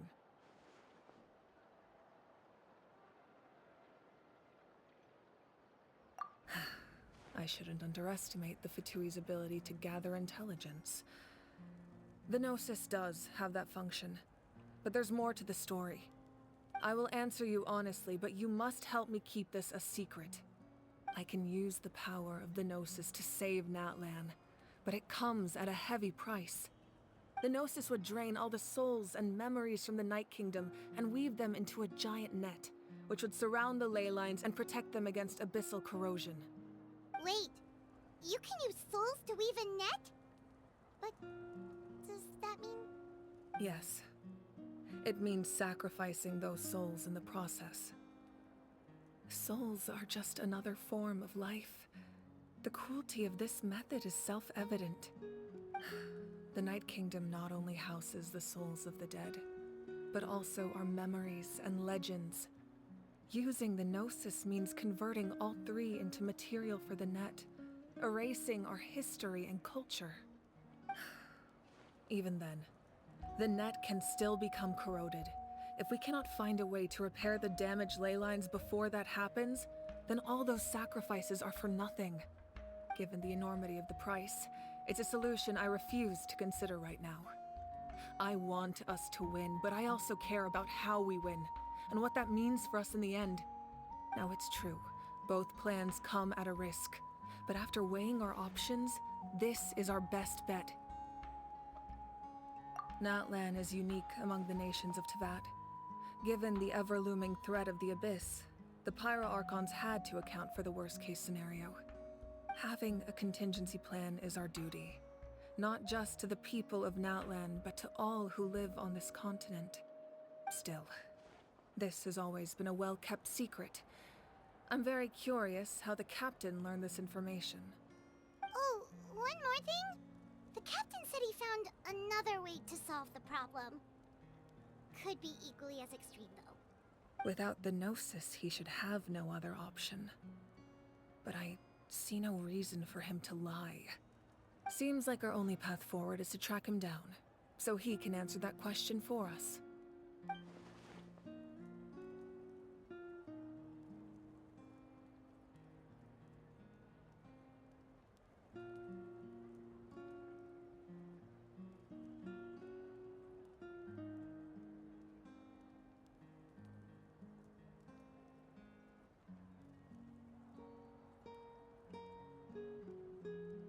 Judging by your expression, you must have doubted me, even if just for a second.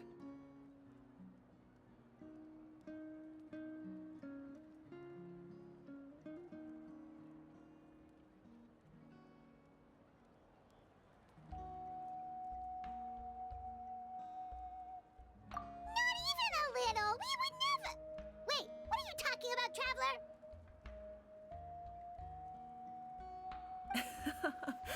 Just as expected. I appreciate your sincerity. Maybe it was out of caution, anxiety, or simple curiosity, but know this. No matter what, our goal remains the same. We both want to save the people of this land. So now that you have your answer, do you still doubt me? You scared Paimon. You really got a lot of guts, Traveler. That's a good thing. Oh, and feel free to call me Mawika. It's what all my friends call me, and I like it that way. As for the captain, the intelligence officers we assigned to the Fatui should be back soon. We'll get our answer then. That's great! Sounds like we just have to wait a little longer.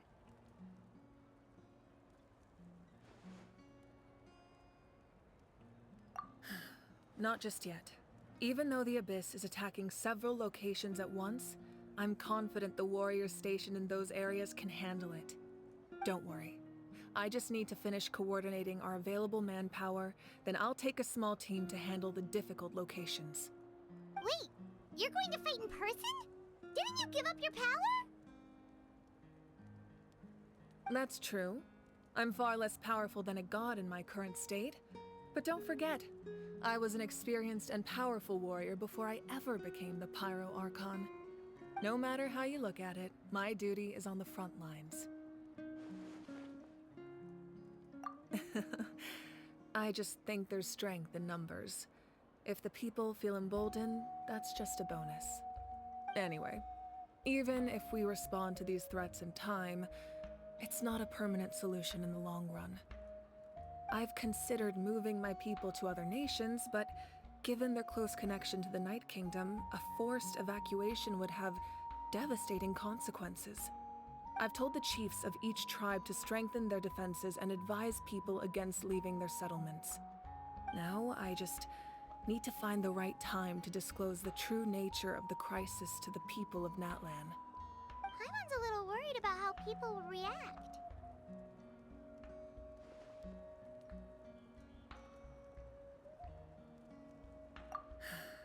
Yes, but that won't be the only response.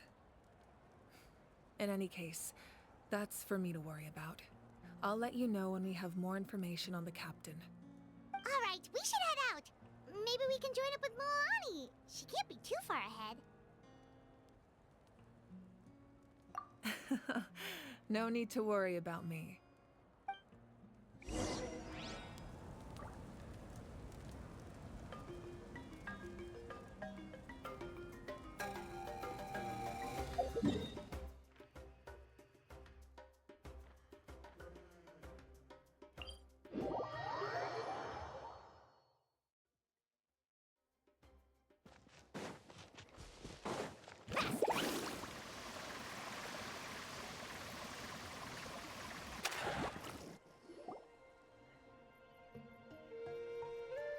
Quick, over here! To safety!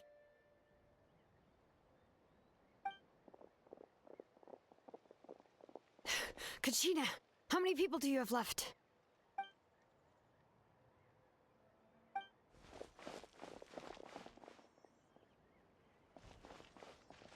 What's the situation? There's a trapped caravan that needs our help. We need to rescue them as soon as possible. We'll go together.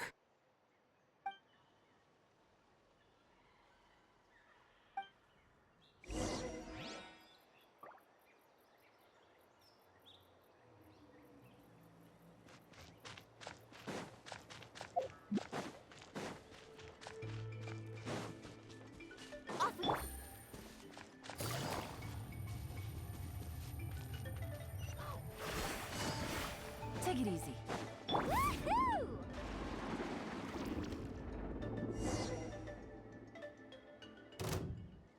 Stay safe. We've got this.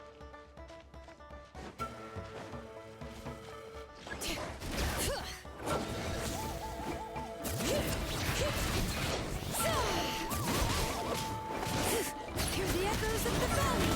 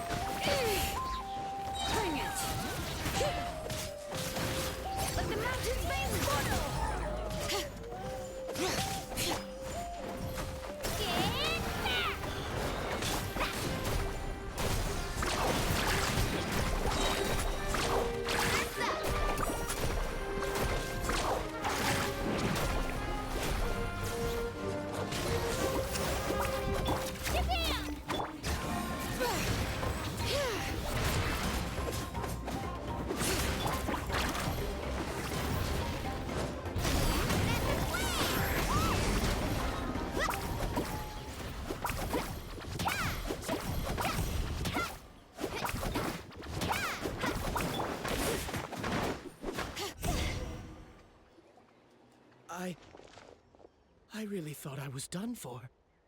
I can't thank you enough. Don't worry about it. We're just glad you're okay. Let's see. Your goods look fine too. Guess the Abyss isn't after Mora. That should be the last abyssal pylon near the Children of Echoes.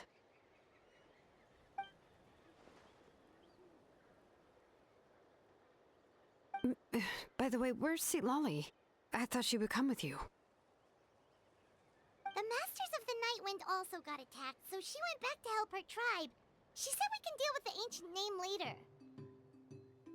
That makes sense. The attacks are more urgent. Alright, this isn't a good place to talk. Let's head back to the tribe.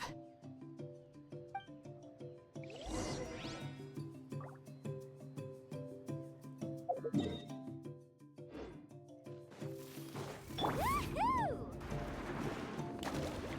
Need a surfboard? Off we go. Let's ride!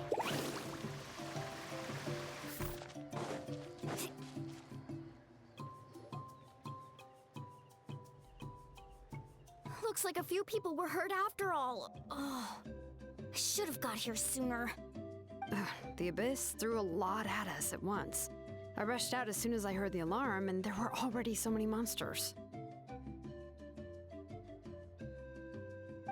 Before long, Kachina brought over a whole group of warriors, and just like that, we destroyed several pylons as a team.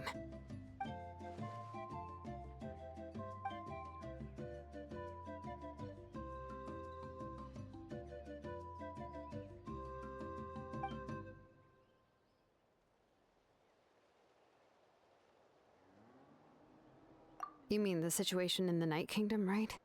Yeah, I feel the same way. We've managed to keep it a secret all this time, but more and more people are realizing something's wrong. It's impossible not to feel anxious when things are getting worse by the second, and all we can do is wait. That just means we need to buy the Pyro Archon more time. Keep pushing, everyone. Every battle is worth something. You really are an eternal optimist, Mualani. You always find a way to cheer people up. Why, thank you. I guess it's one of my better qualities.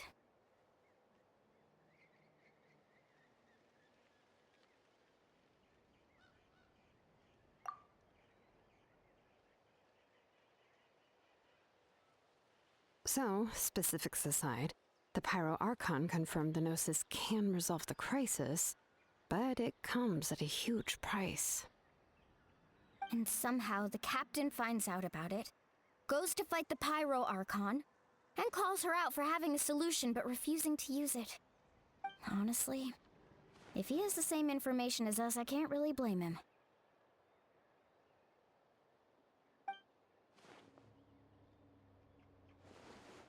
We talked to Moika before we left the stadium. According to her, the cost of the captain's plan is too high. And, well, it makes sense. If that was truly the better choice, she would have picked it. Yeah, I trust the Pyro Archon. When I was upset about Kachina's disappearance, she was really sincere and patient with me. Plus, she burned down all those precious mementos for Kachina. She's already proven how much she values even a single person's life. When it comes to Natlan's survival, there's no way she would hold back. I agree. Maybe the captain weighed the costs and came to his own conclusion, but I'm sure we have different priorities. Life is important, but so are history and memory.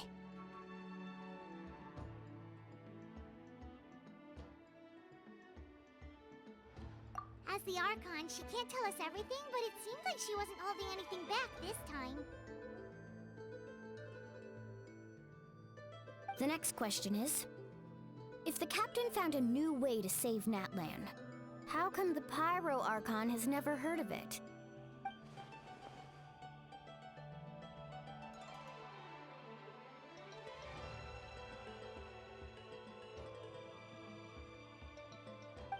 This is all super confusing.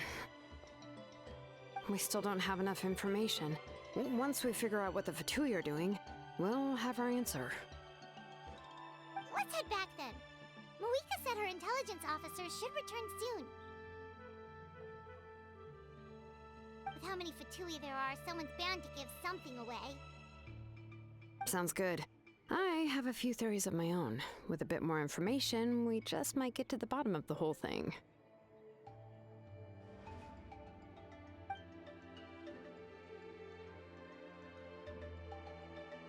I was just about to ask. Count me in.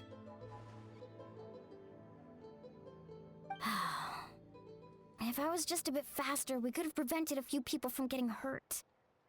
People who could help us in the next battle.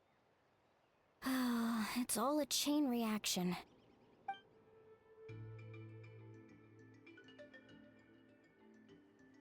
Registered? Nah. I'll just follow you around. You know, go where you go, do what you do.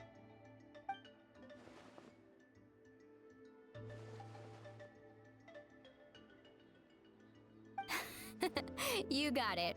I just don't want to make the trip back. It's so far. All right. See you all later. Let's get together and celebrate once this is over. Oh, you betcha!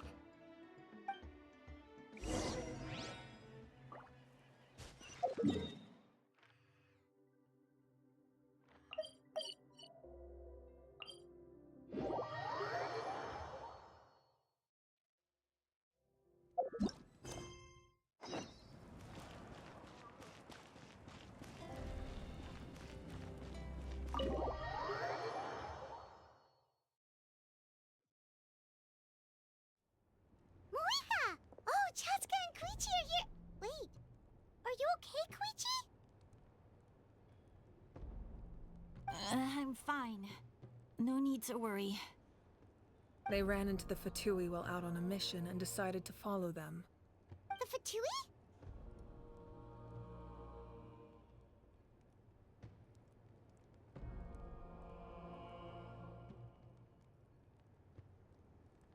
Calm down and let me explain. Here's what happened.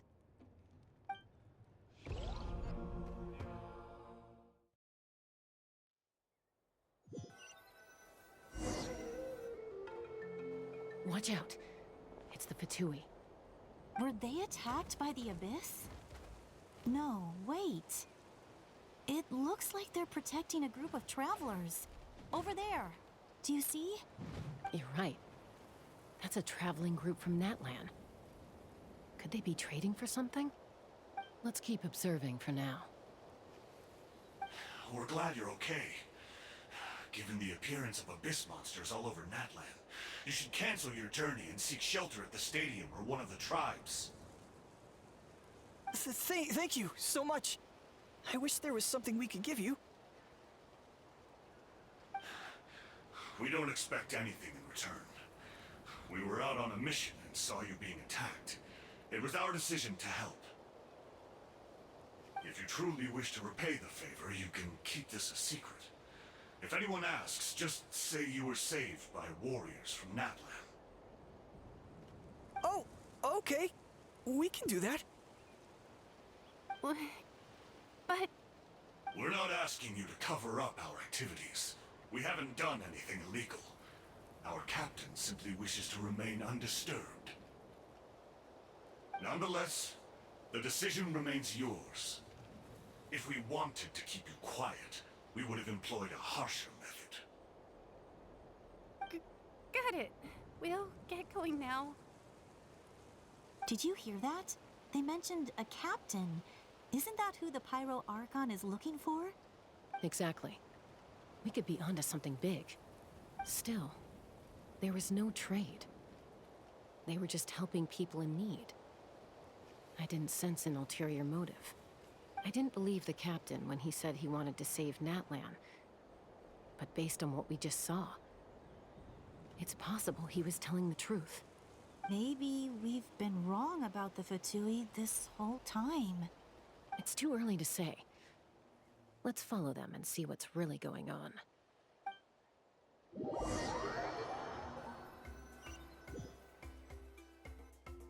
So this is where they were headed. Looks tricky. It's heavily guarded on all sides.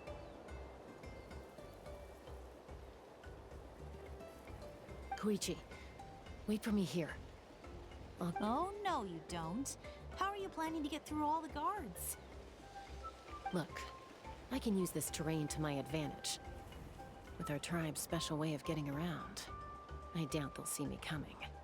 We still can't see anything on the inside. What if you can't find cover? You won't have anyone to watch your back if you go in alone. The more heavily guarded the location, the more valuable the secrets. Even if the captain isn't here, we can still figure out what the Fatui are planning. That intel is worth the risk. Fine. You're not gonna listen to me anyway, so let me come with you. That's even more risky. You've been running around saving people for days. You're already at your limit. I'm confident I can protect myself. I'm not sure you can say the same. At least right now. I can. You really believe that? Fine, don't believe me.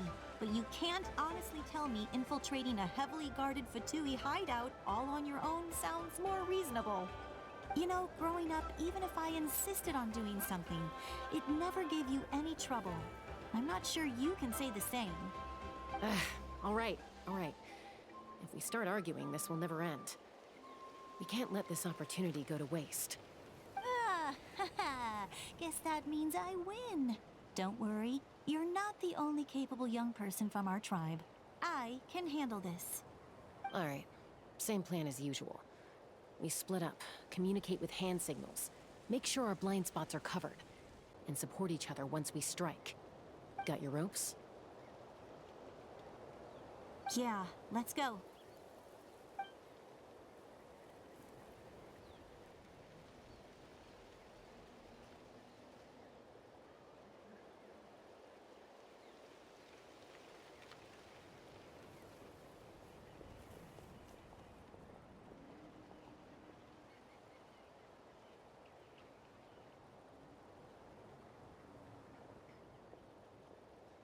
The Fatui have eyes all over this place.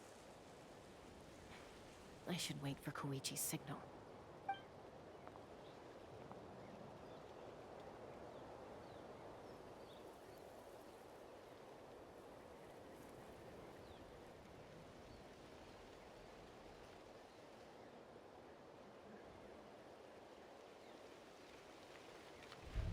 Now.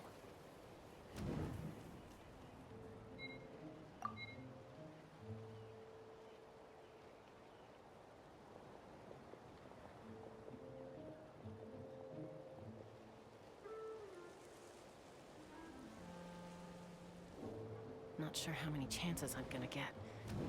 I need to act.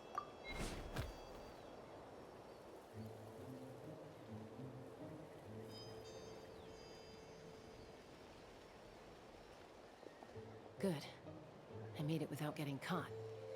I should get to that platform over there. But it's guarded by the Fatui. Koichi should have line of sight. I'll wait for her signal.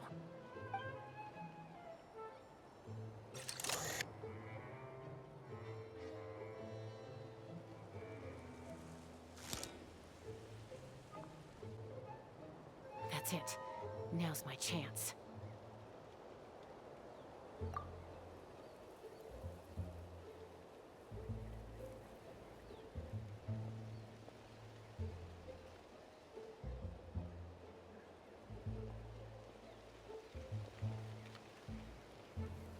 It's no use staying in one place. I should keep moving. Looks like Chaska is helping me by keeping an eye on the Fatui movements. I'll wait for her signal.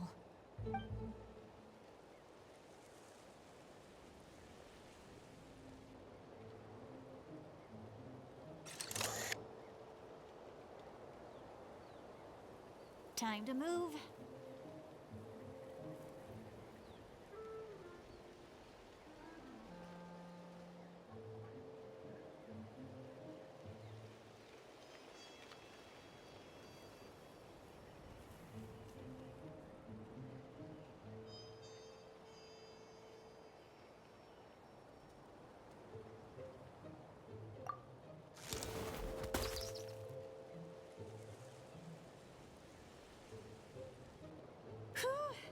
That was close.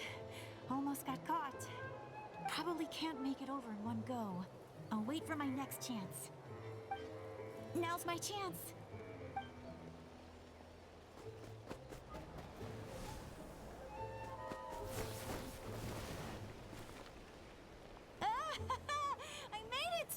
That'll show my sister.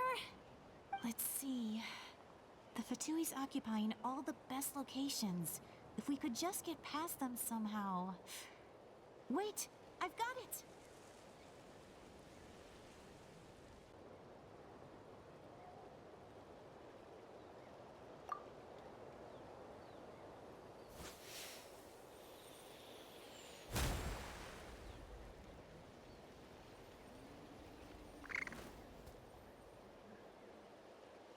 Huh?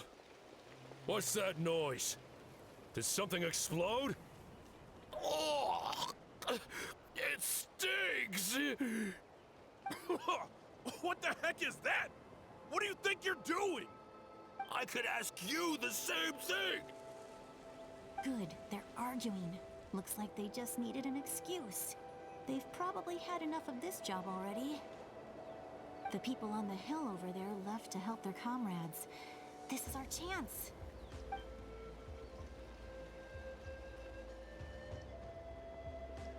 Come get me, Chaska. I hope she gets this hand signal. That's Koichi's signal. Smart idea. All right, time to move.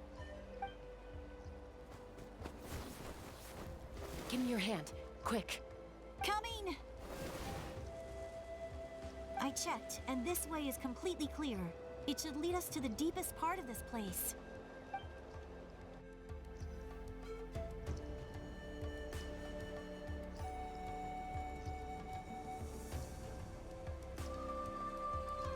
Well, I was pretty helpful, right?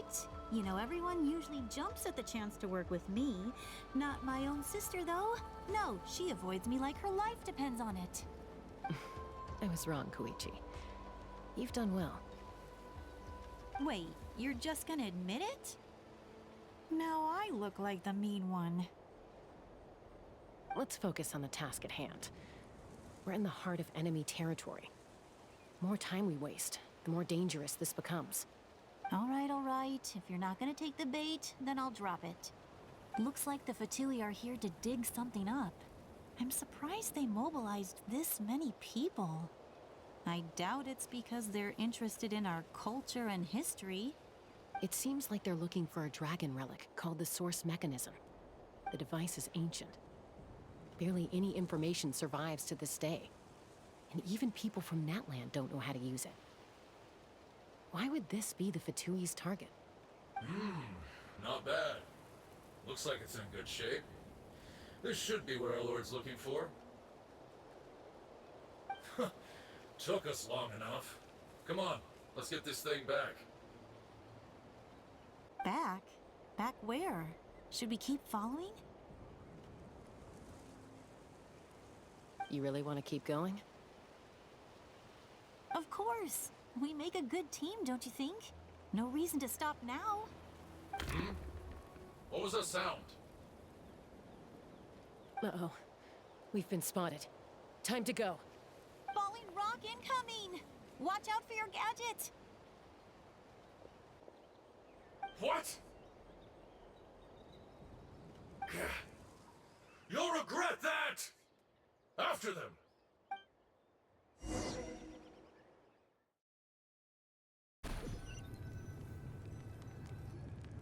Once we got them off our tail, we went back to observe some more.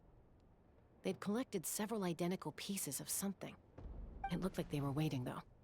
So we decided to come back. So, Koichi got injured trying to get them off your tail? She pushed herself too hard and collapsed on the way back to the stadium. Well, I didn't cause you any trouble while we were fighting, right? So my perfect record remains. You've done very well. I could make a comment on knowing your limits, but it's not my place. I know. I'm already reflecting on my actions. So, our current intel suggests the Fatui is after the Source Mechanism. The device is a complete mystery, even to us. What does the captain want with it? I have no idea. But it's safe to assume the device could serve a similar purpose to the Gnosis. Shilonen, I need you to gather every scholar in Natlan familiar with the secret source. I'll get right on it. Thank you both for your hard work. Koichi, it's time for you to get some rest. Oh, and there are gifts from your patients waiting at the speaker's chamber.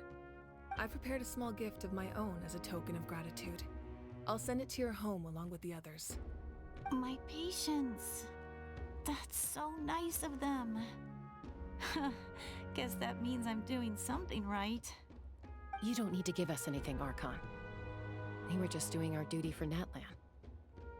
I should take Koichi home now. Well, if Koichi doesn't want her favorite Saurus crackers, then... I accept. Thank you, Archon. What am I gonna do with you? There's some for the rest of you as well. They're one of my favorites too, so don't be shy. I'll start investigating the source mechanism right away. If I learn anything, you'll be the first to know. Yummy snacks!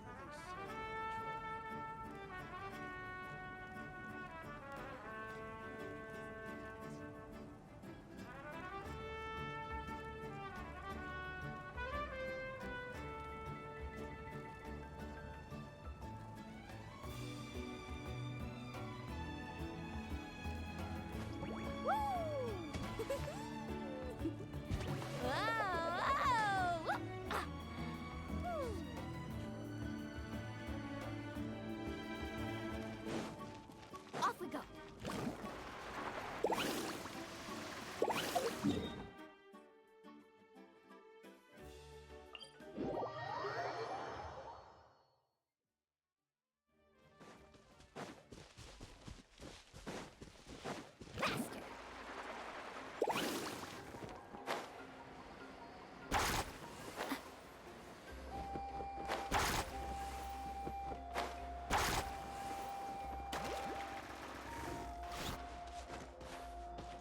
Need a surfboard? Off we go.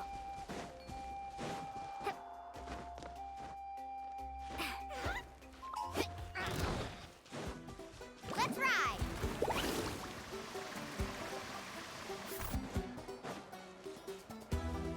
Need a surfboard? What's next for you two? I'm taking Koichi home. With our parents there to keep an eye on her. I can make sure she actually rests. Hey, it's not like I'm some kind of prisoner. I'll be fine in a day or two. There's no need to go all the way home.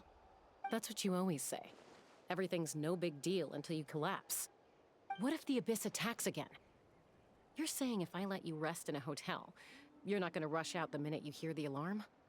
I won't. Triple promise I won't. Mm-hmm.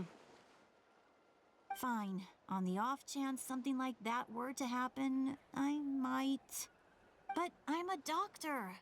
I have a duty to help people in need, no matter how hard or tiring the work gets.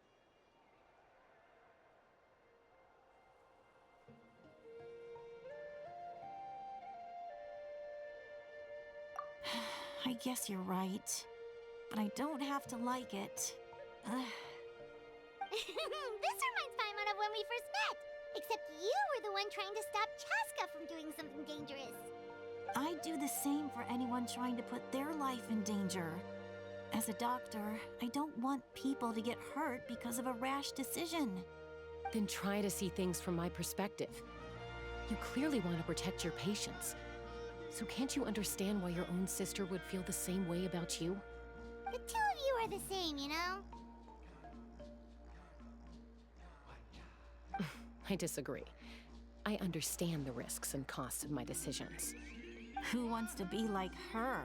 Overconfident, always making excuses when things go wrong. That's just not true. You think I don't have proof? Okay, don't get into another fight. Just pretend Paimon never said anything. Don't worry, Paimon. You didn't do anything wrong. Arguing is just how we communicate. Neither of us really takes it to heart. Plus, I guess we are similar in some ways. Maybe I rush into things without thinking, but I learned that from her. We're family. I can't help it if my older sister is a bad influence. Okay, you don't have to put it that way. So, you're all good now? Neither of us are really the type to back down, so we'll always have our differences. But still, we get along in our own way.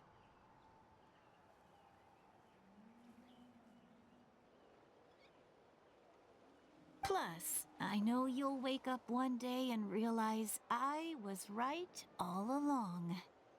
I just need to wait. Be my guest. Come on, let's get you home. See you later, Traveler and Paimon. I'll be back once everything's settled at home. There's no rush. At least grab a nice meal with your family. Bye, you two. Take care of yourselves out there.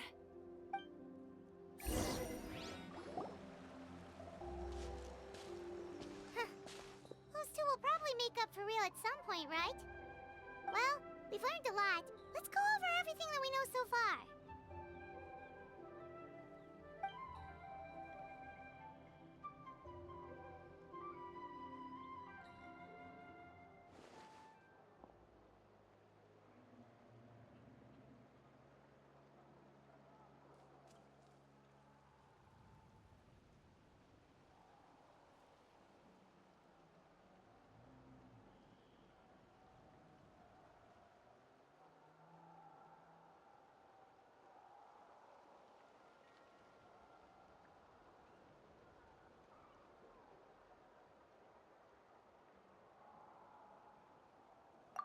Ahem.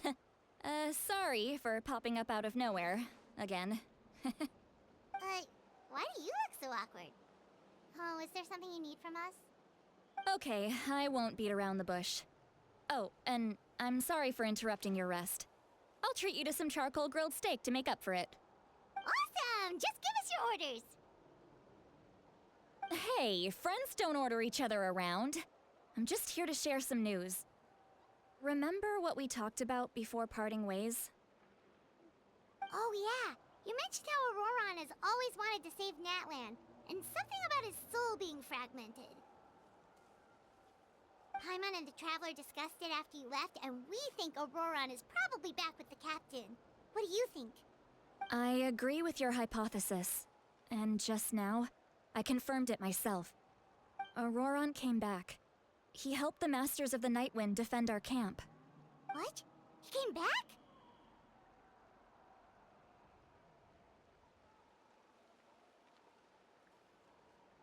I told him to give up whatever he's doing, but he refused. He said they're just one step away from success, so there's no way he can back out now. Apparently, he came back to fulfill his duty to our tribe. When he left, he said it was because he still has a duty to Natlan as a whole. I'm surprised you let him go at all. I had to prioritize my tribe.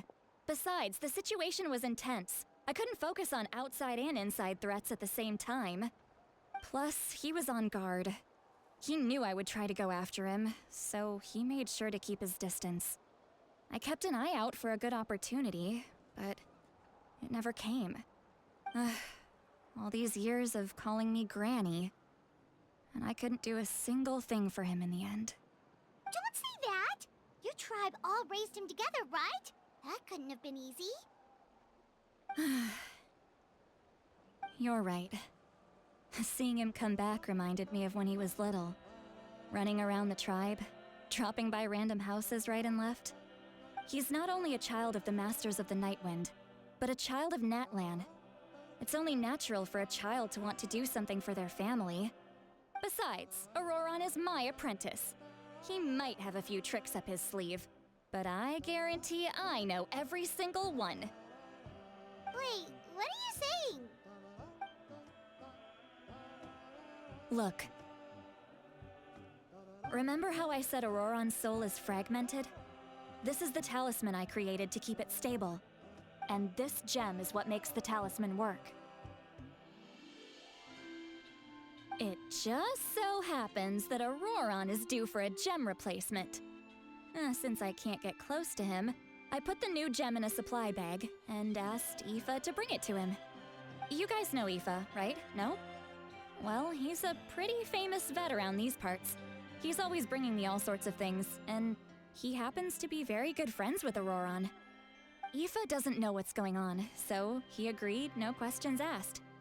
Auroron would find the gem as soon as he opened the bag. He knows how important it is, so I knew he would make the switch. He probably suspected that I tampered with it. But here's the catch. The trick is on the bag. The moment he touched it, a portion of his memories were copied onto the old gem, which he no longer needed. That's amazing.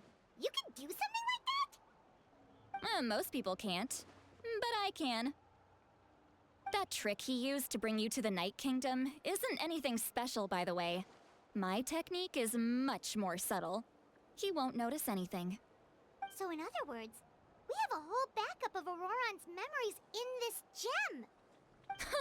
The kid thinks he can take me on?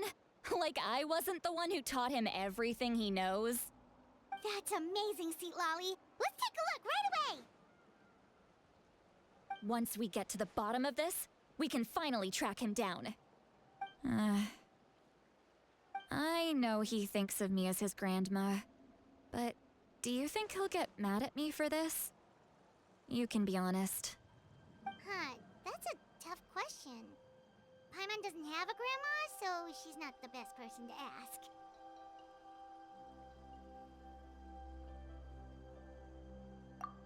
To be honest, I've always doubted my ability to look after him. I didn't stop the ceremony all those years ago, and now I'm useless again. But if I stop here, it will haunt me until I'm 500 years old. Every night I'll wake up in a fit of anger. Yeah, you're right. First anger, then tears. Oh, wait! Who are you calling a crybaby? You're just making it worse, Traveler! I need to look at his memory. Even if he resents me, refuses to see me, or runs away for good, I don't care, and I won't blame him. A family does whatever it takes to protect their own. You sure you'll be okay? We can come with you if you want. Did you just say you'll come with me? Is that okay? We have a pretty good reason to see it too, don't we? Because, right, we need leads on the Fatui.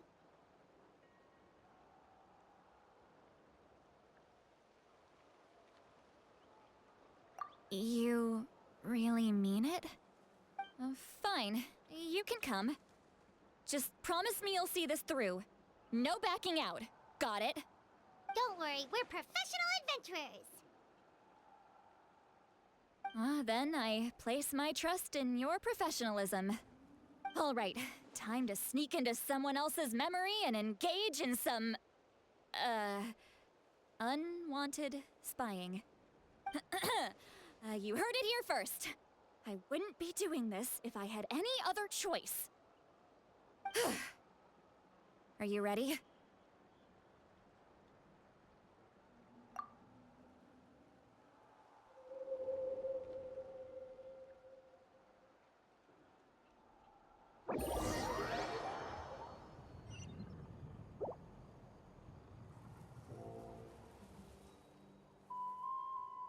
Look how good you're doing. You'll grow into nice big radishes in the future. And you?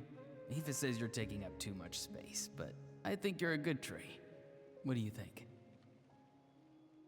Hey! How's it going, Auroron? Good. How are you, Uncle Okanbi? Can't complain.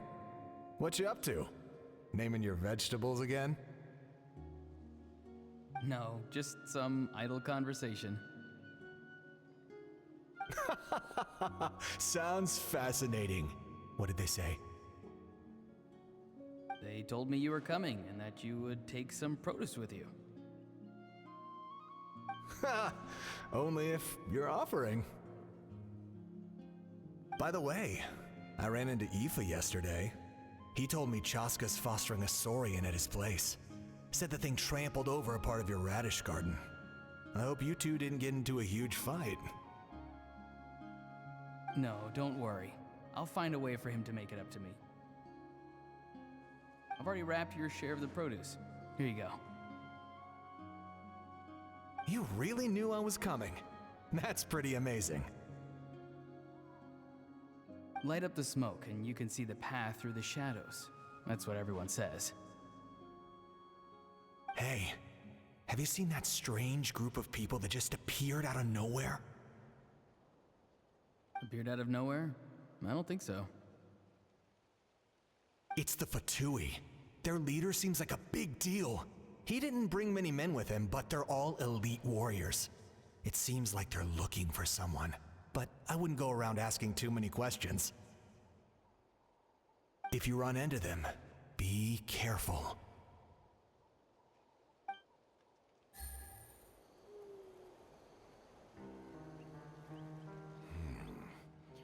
You're from the Masters of the Nightwind, are you not?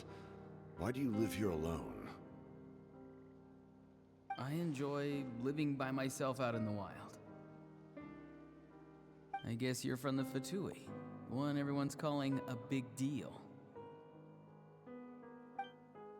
Not an inaccurate description.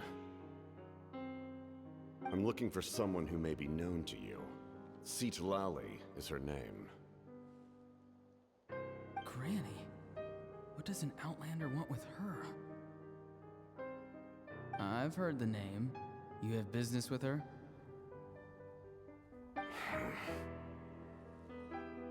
There's no point to further questioning if you insist on hiding things from me. I shall seek answers elsewhere. Oh, he could tell I was lying and now he's leaving? He gave up just like that? Hey! At least tell me why you're looking for Citlali. It's none of your concern.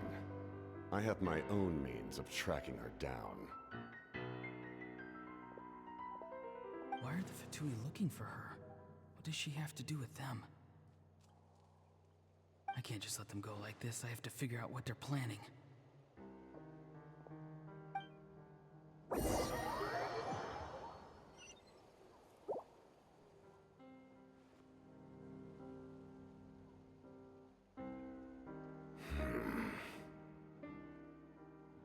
They've just been studying the ley lines and asking for leads on Granny. I can definitely rule out some sort of invasion. The situation has seen no true improvement. The Pyro Archon did not fulfill her promise. My lord! Ignore him. He is no threat. He knows I'm following him, but he doesn't seem to care. He's strong, I can tell. But there's something unusual about him and also familiar in some way. I can't describe it.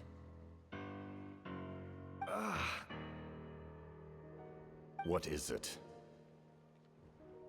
My lord, I feel dizzy. A ley line disturbance. Certain presences have been forced to wander outside their rightful realm.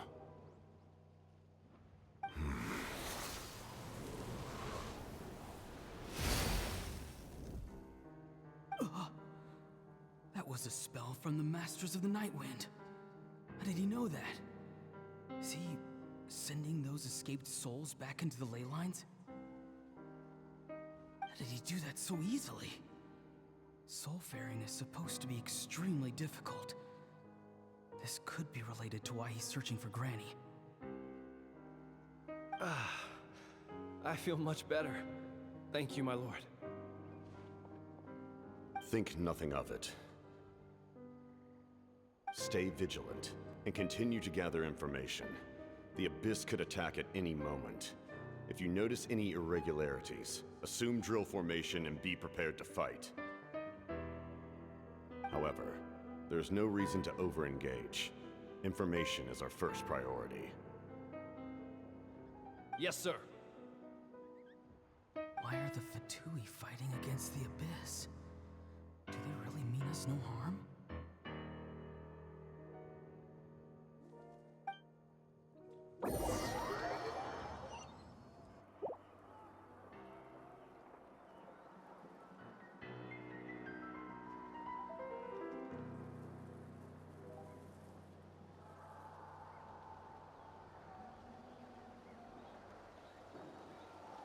I've been following him this whole time and still they ignore me? Do they really not care? It seems like his subordinates refer to him as the captain. Never heard of him before. And now he's headed to the stadium. That's unusual. Oh, what is he gonna do? You two, with me. Everyone else, wait here as instructed. Send word to the other teams to retreat immediately if this fails. Yes, sir. He's going inside? But the Pyro Archon is in there. What does he want with her? Forgive me, my lord. Allow me to check one more time.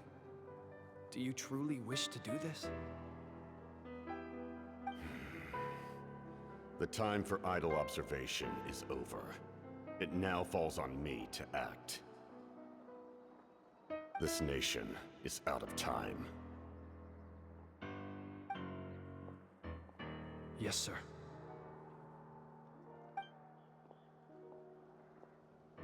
He just walked straight into the stadium. What is he gonna do?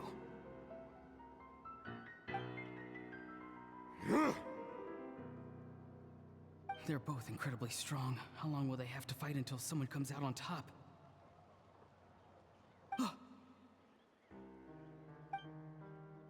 Wait, this feeling. Just like the other day near the ley lines, it's faint, like a soul's trying to escape. Where is it coming from? Is that why he's looking for Granny? If he dies here, then all clues will be lost. I can't let that happen.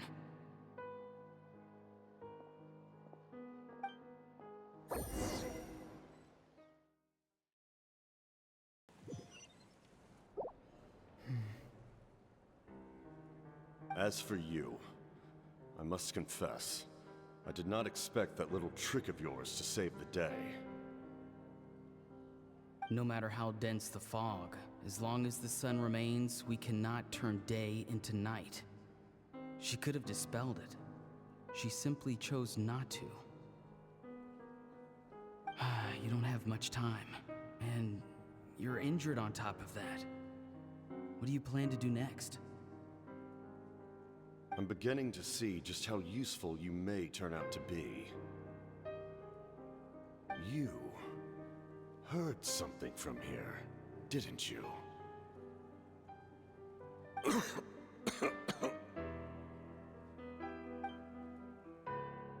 No need to force yourself. I've never seen anyone match the Pyro Archon in battle before. I didn't expect you to intervene at such a critical moment. You know I've been following you. Why didn't you stop me? When walking in the forest, it is only natural to encounter wild beasts. However, not every beast has the courage to come out and bite. And yet, one of those very beasts saved your life.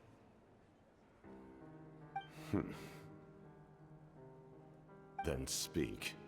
What do you want? I didn't save you because I wanted something.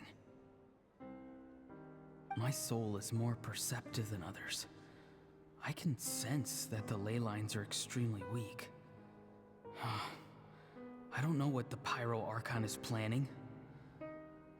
Can she really save us? The questions you asked her just now, well, I've had very similar doubts. So I felt like I had to help you.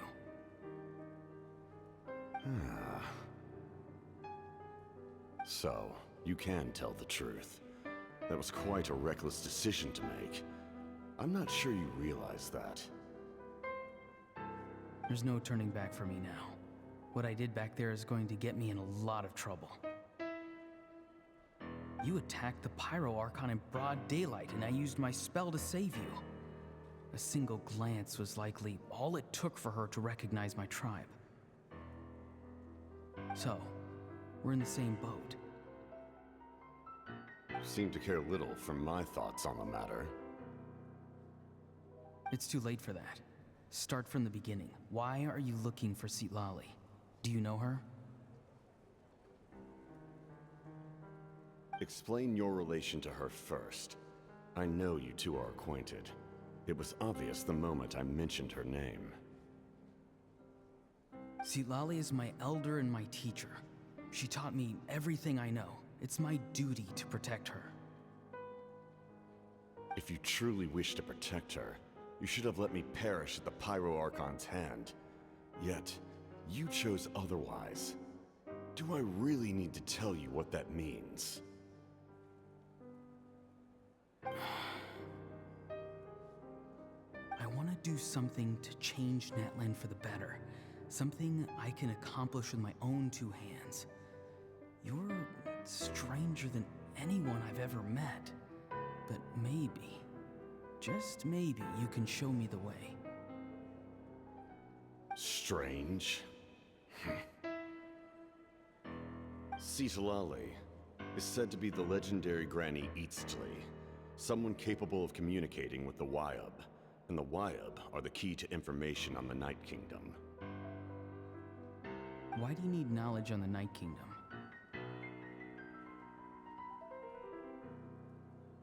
That is not something you need to know. Don't forget, I saved your life. Do you not believe the Fatui capable of betraying a debt? People can lie, but souls cannot. I can tell there's a weight to your soul, a sense of justice. You may not live among your tribe, but you certainly know their tricks. I apologize for my rash judgment. You are more capable than I imagined. Let's go. We'll see if you have what it takes to join my plan.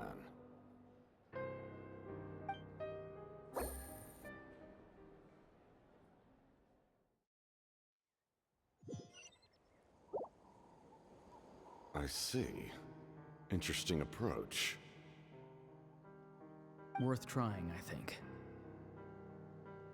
Rather than weaving a net to protect the ley lines, this method would address the root problem by reconstructing the ley lines themselves.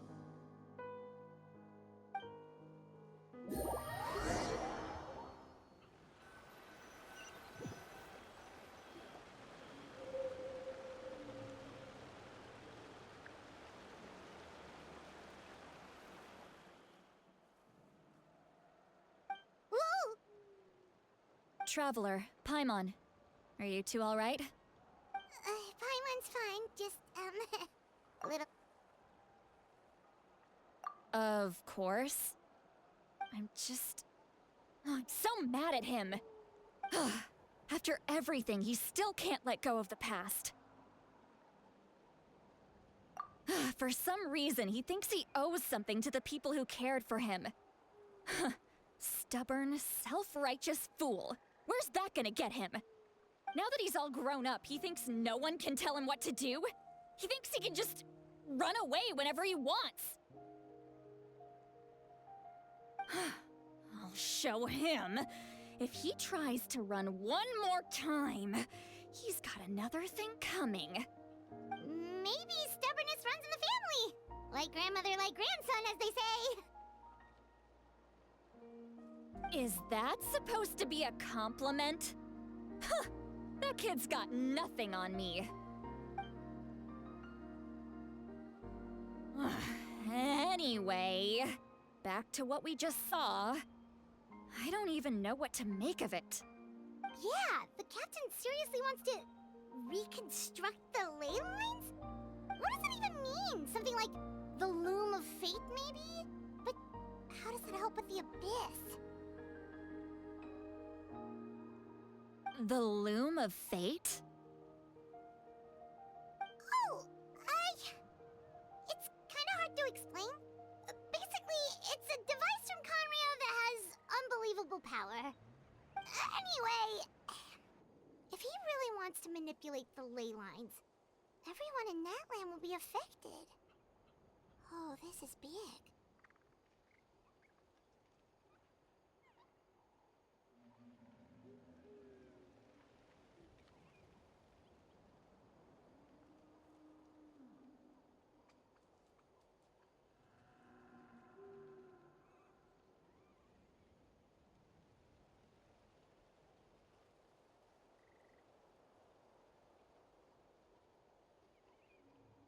Which means the captain has been honest from the very beginning.